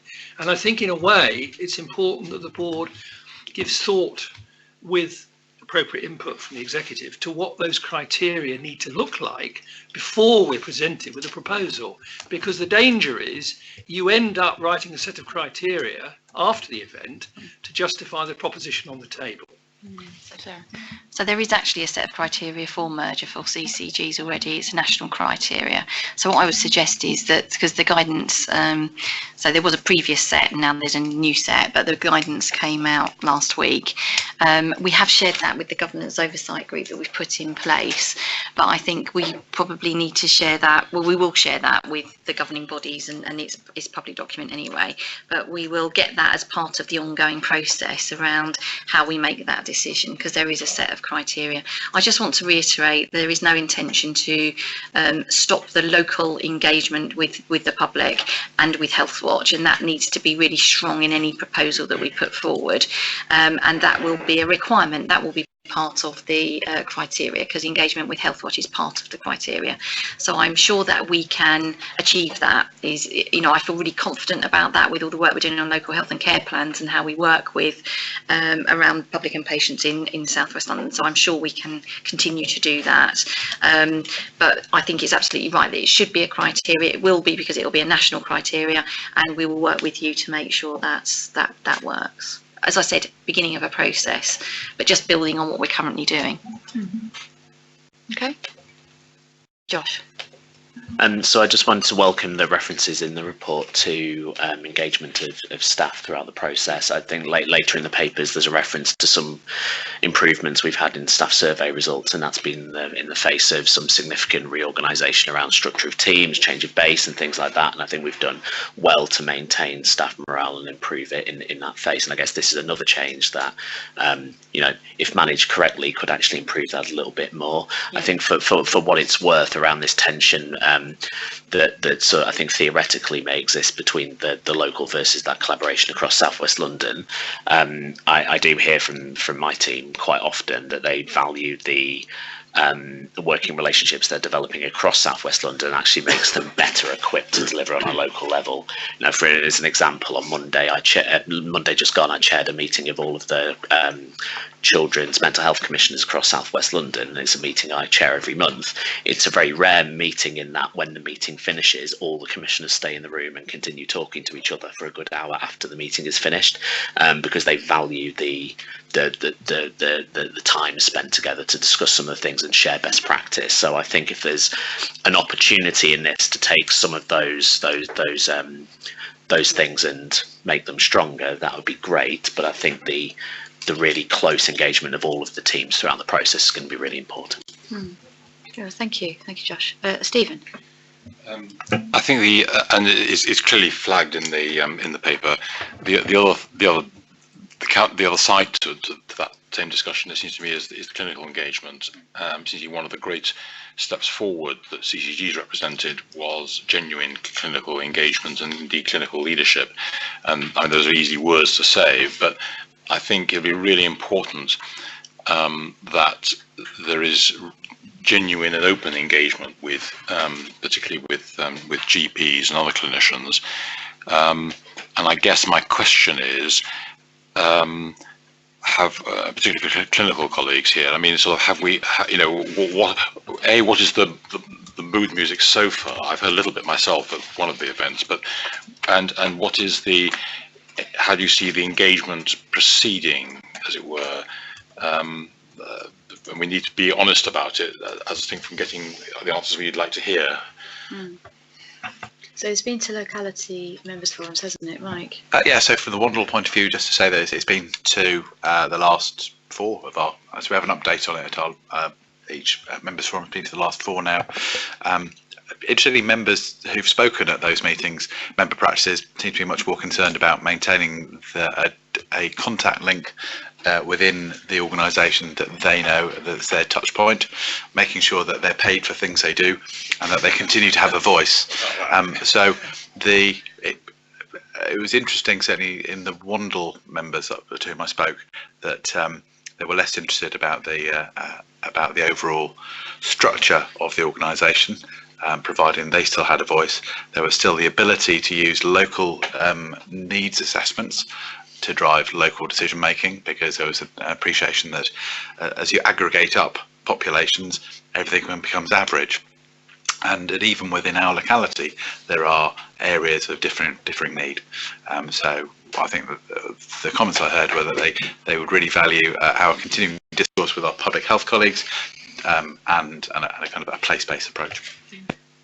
So I think a big part of what we need to do with the membership is listen to what they're saying and make sure that we can respond to that. And I think and I'm hearing a lot of that in other areas as well. So the big things I'm hearing is PCNs, how are you going to help us and support us, and what are we going to do differently? And that seems to be the major kind of driving force out there at the moment in primary care, in general practice. And the other one I'm hearing is, don't let us lose our links into the primary care teams that you have, and actually can we increase that? And there may be an opportunity here, I think, with so if we can make, because we've got to make 20% management cost reductions. Okay, I don't want to focus on that too much because I know it's not the only reason, but if we were to do that as 6 individual CCGs, there is a good chance that we would have to reduce some of the support out into general practice, or something is going to go in a different way. If we can do this by reducing the kind of governance burden and doing things around the bureaucracy, we may be able to even increase the level of support for primary care, because what we're saying is that needs to stay the same at least, but maybe we can increase that and make the savings in other areas. And it's about whether or not we can achieve that. I would like us to be working with the membership to try and make sure, but the minimum, not losing anything, which it could do if we don't do this. Can I just thank you very much? That's really helpful.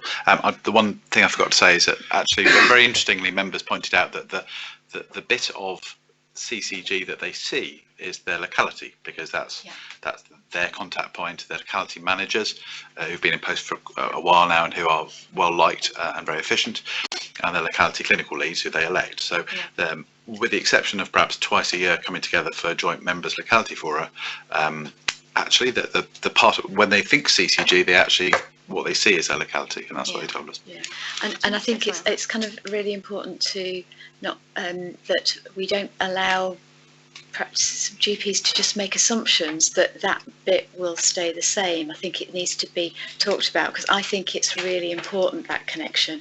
Then they do see that as being how they feed into the local system, and they don't mind if you're not still called locality leads, and they don't mind if you're not on a board. What they want to know is, do I still have a voice? Because actually it's Mike that's my voice, it's Jonathan that's my voice in the CCG. So if things aren't going right with my patients, it's you who they tell. They do make a difference alert and they phone you up, don't they, and it gets fixed. And that's what they see as being able to have an influence on the system, really. How the board is constituted and all of that is much less important to them, providing they still have that influence. And I do think this is about how you develop the place at Wandsworth and what that looks like, and that's the discussion we've had, because there will still remain an elected member for Wandsworth who is a GP, who will be leading that place, and it will be how you work together to make sure we get that right for the membership. So also, I'm thinking about pathways, for example.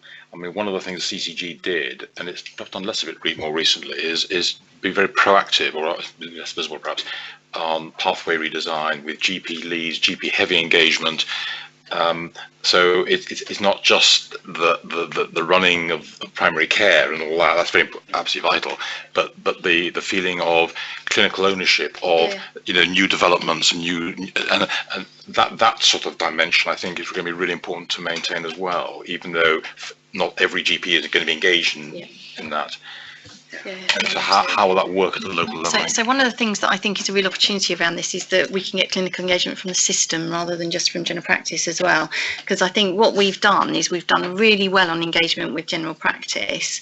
I think what we've lost, so I'm going to, one of the negatives is that the kind of relationships between the clinicians across organisations has, sometimes it's been retained, but it has had a tendency to be not as good as it was some years ago because of the commissioning provider split. Kind of some of that disappeared. So there's a real opportunity for us to put some of that back, is my view. I'm not suggesting it's all gone because I'm sure there's still lots of it going on, but definitely when I speak to secondary care consultants and others within secondary care, they're sort of saying they see this as an opportunity for us to put some of that back and to really get that cross-organisational clinical leadership working in a better way. So let's not lose the primary care bit of it, but let's try and build up some of the other that we may not have had as strong in recent years that we've had in the past. I'm sure it does happen in some areas, I'm not saying in all places. No. Chris? Can I just put in a plea? I know you're leading, I think, Nicola, on the governance issues around this. I'm sure that the executive don't really regard the governing aspect as burdensome, but it is an important part of accountability and transparency. So it's very tempting when one's got to achieve some efficiencies. It's a bit like the typical commercial approach to saving money is we don't quite know what the marketing department are doing, so we'll cut the marketing department and then you wonder why you don't sell anything. So I think we're just going to be slightly cautious that in achieving the obvious natural streamlining that one organisation would bring, you don't have multiple auditors, etc., etc. I understand those elements, but it would be, I think, a very serious dereliction if we were to lose the important elements of transparency and proper accountability. Can I say there is no intent whatsoever to get rid of the governance. The issue is around doing it once rather than 6 times. So the governance will be strong.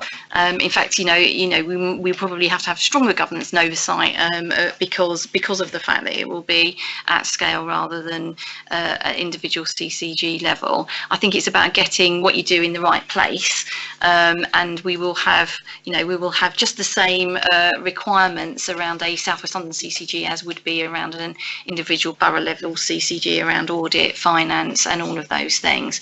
So there won't be any reduction in the oversight and transparency. It will just be done at a different scale. So I just think that's really important, people.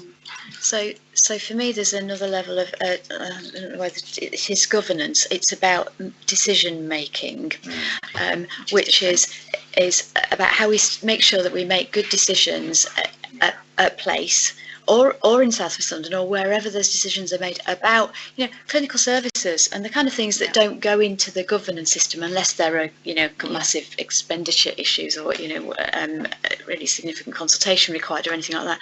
But it's the stuff that we do at management team and in our clinical leads groups where we talk through services and make sure that we're making good decisions about them, and that's the bit that I think we need to make sure we really get right, because all the governance in the world isn't going to help if we're actually working on the wrong things, and that's really important. And I think we need to make sure that we keep at the heart of it, that these things need to be, with clinical insights and with involvement from patients, and that's how we make better decisions throughout the organisation, really, with partners or with just in the NHS. Carol. I want to pick up on the Health Watch and place level. But also the links up at the South West London level. Patient public involvement and Health Watch and all sorts of things are very much place-based, but it is useful to have links across the aggregate level. And we have in the past, and we still have, something called the Public and Patient Engagement Steering Group, which has been made up of a lay member, a voluntary sector member, and Health Watch from each of the 6 boroughs. It's fluctuated in its effectiveness, but on the whole, it has been a very useful mechanism. it will almost certainly need to be redesigned and probably its remit looked at again. But I think it's quite important to retain something of that sort so that local health watches, voluntary sector, and whatever happens with lay representation can meet together. And it's mainly in now a down, a communication from the center down, but it also functions good practice, what's happening. And I think it's going to be quite important for health watches who operate very differently at local level to have that link. So I think that's absolutely right, and I think that we've all been thinking about so how do we make sure we get the patient voice in the right place at all levels. So I think the South West London group does need to continue, and I'm sure will be reviewed. There will be a lay member for public patient involvement at South West London level, because that will be a requirement on a CCG governing body. But also we are looking at what's the kind of involvement at a local level in place that we need to have, because that's really important. So James, I know, is working with others and yourselves to think about, so what will that look like at place level, and how do we ensure that we are talking to Health Watch and we are doing the right things, at a borough level, because that's really, really important. The role of a PPI lay member at a central level will be very different from the role that I play and my counterparts play, because it is basically a local role. So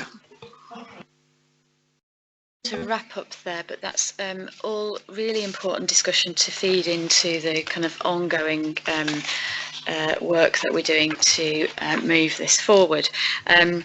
So there are no decisions to take on that. That was just informative discussion, really. So thank you very much, everybody, for that. So we've got some management reports to work through now. James, the executive report, can we take as read, or anything to flag? I'll largely take it as read. I would just flag we are pleased about many aspects of the staff survey. There are still things that we need to do better. And I think that Josh is absolutely right to flag those required improvements in the context of what may be a further challenging year in terms of staff engagement. But I think it from a position that I think is fair to say was of some concern to exec management team when it looked at about 12 months ago. I think we have made some real steps forward, so that's really positive. Apart from that, probably the only thing just to flag is this is the last board meeting in Putney in the office. I know it's been a very happy home for Wandsworth CCG for a number of years, but from the next regular board meeting onwards, we will be on the road. Just to flag to both members of the public and other attendees and the board themselves, the next meeting will be at Burntwood School in Earlsfield, so please don't turn up to Putney. But probably apart from that, I'll take it as read. Good, thank you very much, and thank you, Building. You've served us well. Okay, on to a performance report, John. Thank you. I'll likewise take the report as read. There are three things I wanted to call out from the report. The first is A&E performance. I mentioned earlier that we're doing a joint piece of work with St George's to understand what's driven performance, particularly across Q4.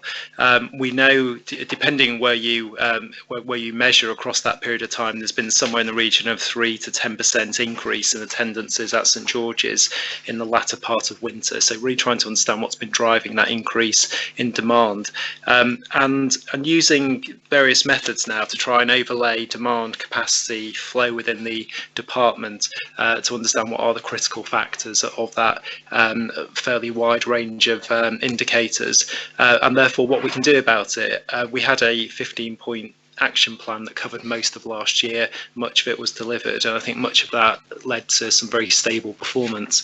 Going forward, we really want to have a completed and comprehensive diagnostic on current issues before we agree with St George's a joint improvement plan for this year, and particularly as we do the winter review, which we always do, to understand what went well, what didn't go well in terms of winter schemes, to play in this wider piece of diagnostic work. But again, I think we're at a relatively early stage, but we've had a couple of joint meetings of the analysts, and and are doing much, I guess, like finance colleagues we're doing in other contexts. We're doing a complete open book exercise using all the data available. Some of it is more abundant than others depending on the setting, but we're offering on the table all data points to try and understand what has been driving particularly recent fluctuations in activity, which thankfully seem to have reset now back to historic levels, but certainly for a good 3 months or so earlier this year we're above normal levels. So that was the first thing I wanted to raise. Second thing, the RTT position. So we know Georgia's recently returned to reporting. They've had now a couple of months of national reporting and broadly are on track or exceeding where they were planning to be. So their February position, 85.2%. They're aiming to achieve 88% compliance against the 18-week standard by March 2020, marginally ahead of their current plan. Their 52-week performance is going through final validation before the year-end position for March is published, but we believe that will be on track as well.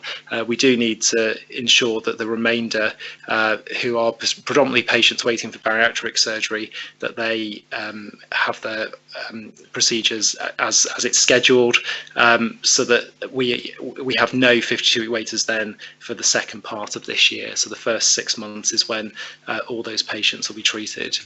The final thing I wanted to raise, and it's coming to the July meeting, is that action from the beginning of this meeting. We're pulling together now a delivery plan for 1920. And particularly looking at those areas of challenge. So either new targets, and there were a few new targets that we are seeking to achieve this year, or any existing targets where either the KPI has become more challenging or the historic performance has been challenged. So that will focus on particularly A&E, which talks about some of the annual health check requirements for LD and SMI patients, the 52-week wait position, given its profile and importance to make sure that's delivered correctly, and also personal health budgets. So that will be part of the update in July, but that's what myself and the team are doing now to make sure that against those particular areas, and there might be a few others in the final cut, that there are plans agreed with primary care commissioning colleagues, quality, etc., and the various providers of those services to make sure we know exactly what the aspiration is for 1920, where there is any degree of uncertainty around delivery. I'll pause there for any questions. I mean, the A&E thing is obviously sort of deeply frustrating because, you know, month after month and year after year we have a sort of conversation. One obvious thing from the table is how over time Chell West has either hit or come very extremely close to hitting the target on a very sustained way. Now, you may have already been doing this, but I just wondered, has anybody done any sort of, you know, what is I'm sure they're very different. I'm sure there's all sorts of factors, but sort of why, you know, why can one hospital apparently achieve this in a fairly sustainable way, and George's for years now just can't? And it may be there are genuinely sort of insuperable differences that you know, it just needs a way of trying to get one's head around why this is proving so difficult. It's a good point. I mean, there's a whole variety of issues, I think, which influence A&E performance. We've been working, certainly Sean Stone and my colleague has been liaising with NHSI to ask for any analytics model that we could apply to St George's around optimal A&E performance. I mean, clearly workforce is an underlying issue in terms of both filling shifts, the relative seniority, the permanence or not of those staff members, and also just the fluctuations that those systems receive on a day-to-day basis will have a profound impact on how well they perform. But it's a very good point. I'll make sure as part of the ongoing analytics that we do get any learning from those systems. There's other systems nationally as well who go even beyond what Chell West achieve, and again, that learning is always shared on a sort of periodic basis, but we need to incorporate that. So we're doing some work. We're doing some work across London to do exactly that. Because I think what we've done at London level around, I'll just so you know, I'm the senior responsible officer for A&E across London. I wondered who. At the moment, I don't know how much longer. But it's been a bit more kind of oversight really, and trying to put in additional support things like the emergency care intensive support team and other things into providers.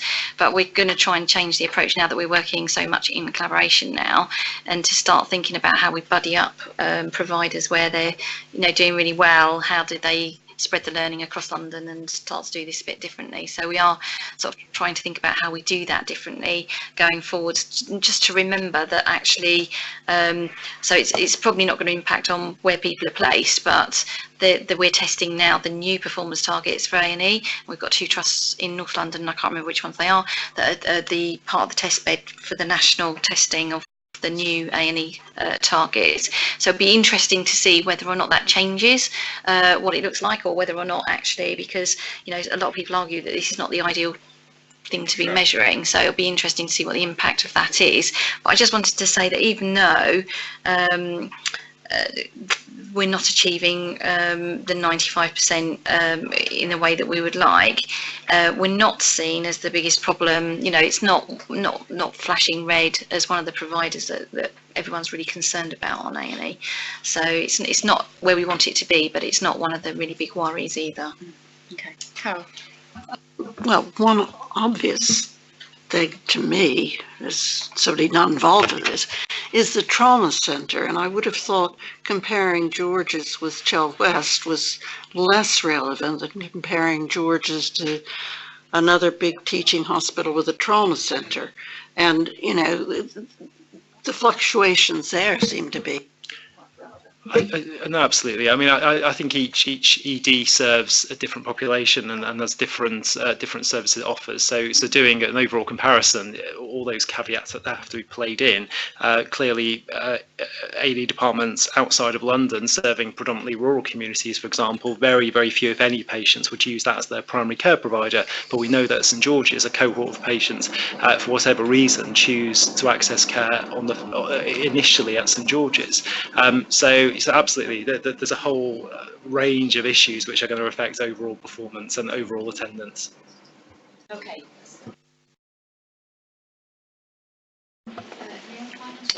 Yeah, so just really to give you a wrap up for month 12, so obviously it's all subject to audit, and the auditors are in at the moment, but just to say we reported our surplus position at month 12. There was some movements. I wouldn't necessarily say they were small, but there were some movements that we had at year end. So around acute, there were some movements around the partially completed spells. So this is one that you're not really particularly well sighted on until the very end of the year, when there's a cash up in terms of the providers issuing invoices to us. So we always go with the value that's on the balance sheet, and any movements in that has an impact on the I&E position. So it was a favourable movement this year that helped us to offset some of the pressures that we saw, particularly around, so there was primary care. So this wasn't necessarily a pressure, but the unfinished episodes of care, which was being funded out of the RTT penalty retention from St George's, that was always getting reported within the acute position. So what we've done at the end of the year is get it reported in the right position. So those two actually offset each other, the improvement in acute and the pressure that you might see against primary care. So those two contra each other off. And then what we did is we had an estimate as the impact for the move to 120 the Broadway. It turned out the value was actually higher than what we'd got. So what we've done is we've reflected the position now, and that's also seen a movement in the corporate budget. We're holding on to a small HLP funded in reserves that's now been fully released, but the upshot to it is that we managed to hit the target at the end of the year, and I'm not really planning on saying anything more at the moment. When an earlier version of this came to the Finance Committee, the committee queried the overrun the adverse variance in the corporate programme costs, and there was a reference to the equipping budget and costs. I mean, it's a large number. Is the whole of the 1.8 million overshoot attributable to the move to 120 Broadway? Is there anything else? No. So as far as I'm aware, it was just shy of £1 million, I think, was the movement, which included the furniture costs as well as the charge for the floor space on that. So that corporate programme budget will also include probably things like the STP, so some of the hosted services might be in that number as well. So I think what you'd said at the Finance Committee was to bring back a paper where we will detail it. So we'll do that in the June Finance Committee, so that you're clear. I think it's important we understand that a bit more. Yeah. Thank you.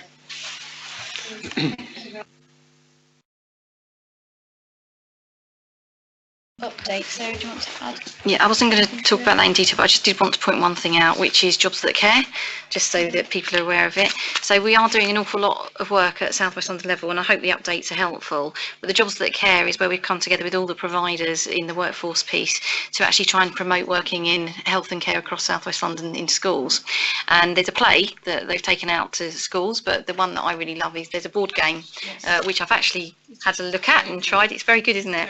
So I would definitely encourage you to see some of the work that's going on, and we've got teams going out to talk to schools to try and encourage young people to come and work within health and social care, and it's great fun, and I just thought I would point that out. I think this is winning for South West London. I really do, because I think nobody else is doing this kind of level of engagement, and we know that we need a staffing infrastructure for the future.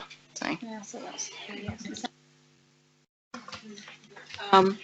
We had a demonstration at the PPIRG, and it's a great board game. It's really interesting, and it's good fun.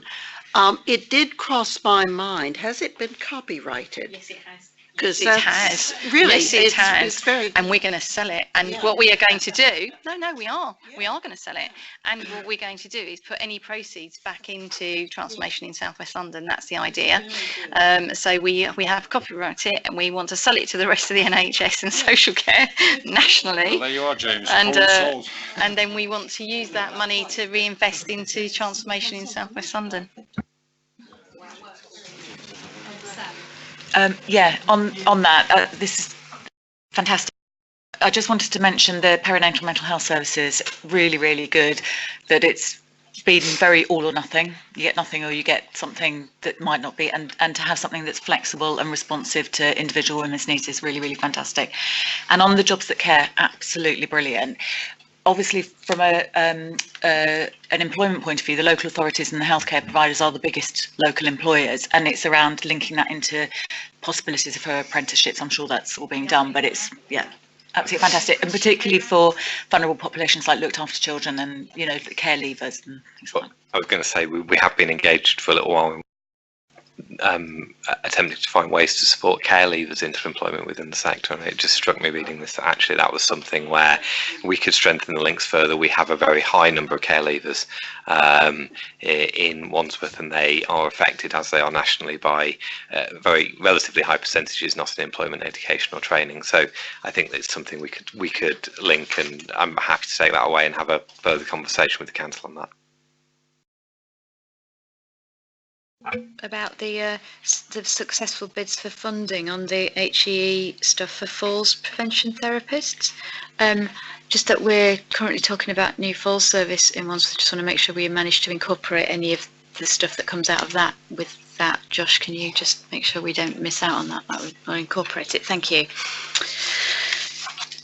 Very good. Thank you very much. So we've got some summary minutes from the 3 committees there. Sorry, can I just be a real pain? Yeah. And I just wanted to mention that we had a very successful clinical conference yesterday, and I forgot to mention that, and just thank you to everyone that came along, and we will bring an update back to the governing body around the actual conference, but it was a fantastic day. Yeah, no, it was good. Thank you. So 3 sets of summary minutes. Anyone want to raise anything from any of them? Happy with those, thank you. We've got any other business, and we've got no members of the public. Did we have any questions submitted in advance? No, thank you. Jolly good. Thank you very much. We're all done on part 1. Thank you for your hard work, everyone. Some good discussions. Shall we have a 5-minute break before we reconvene for part 2?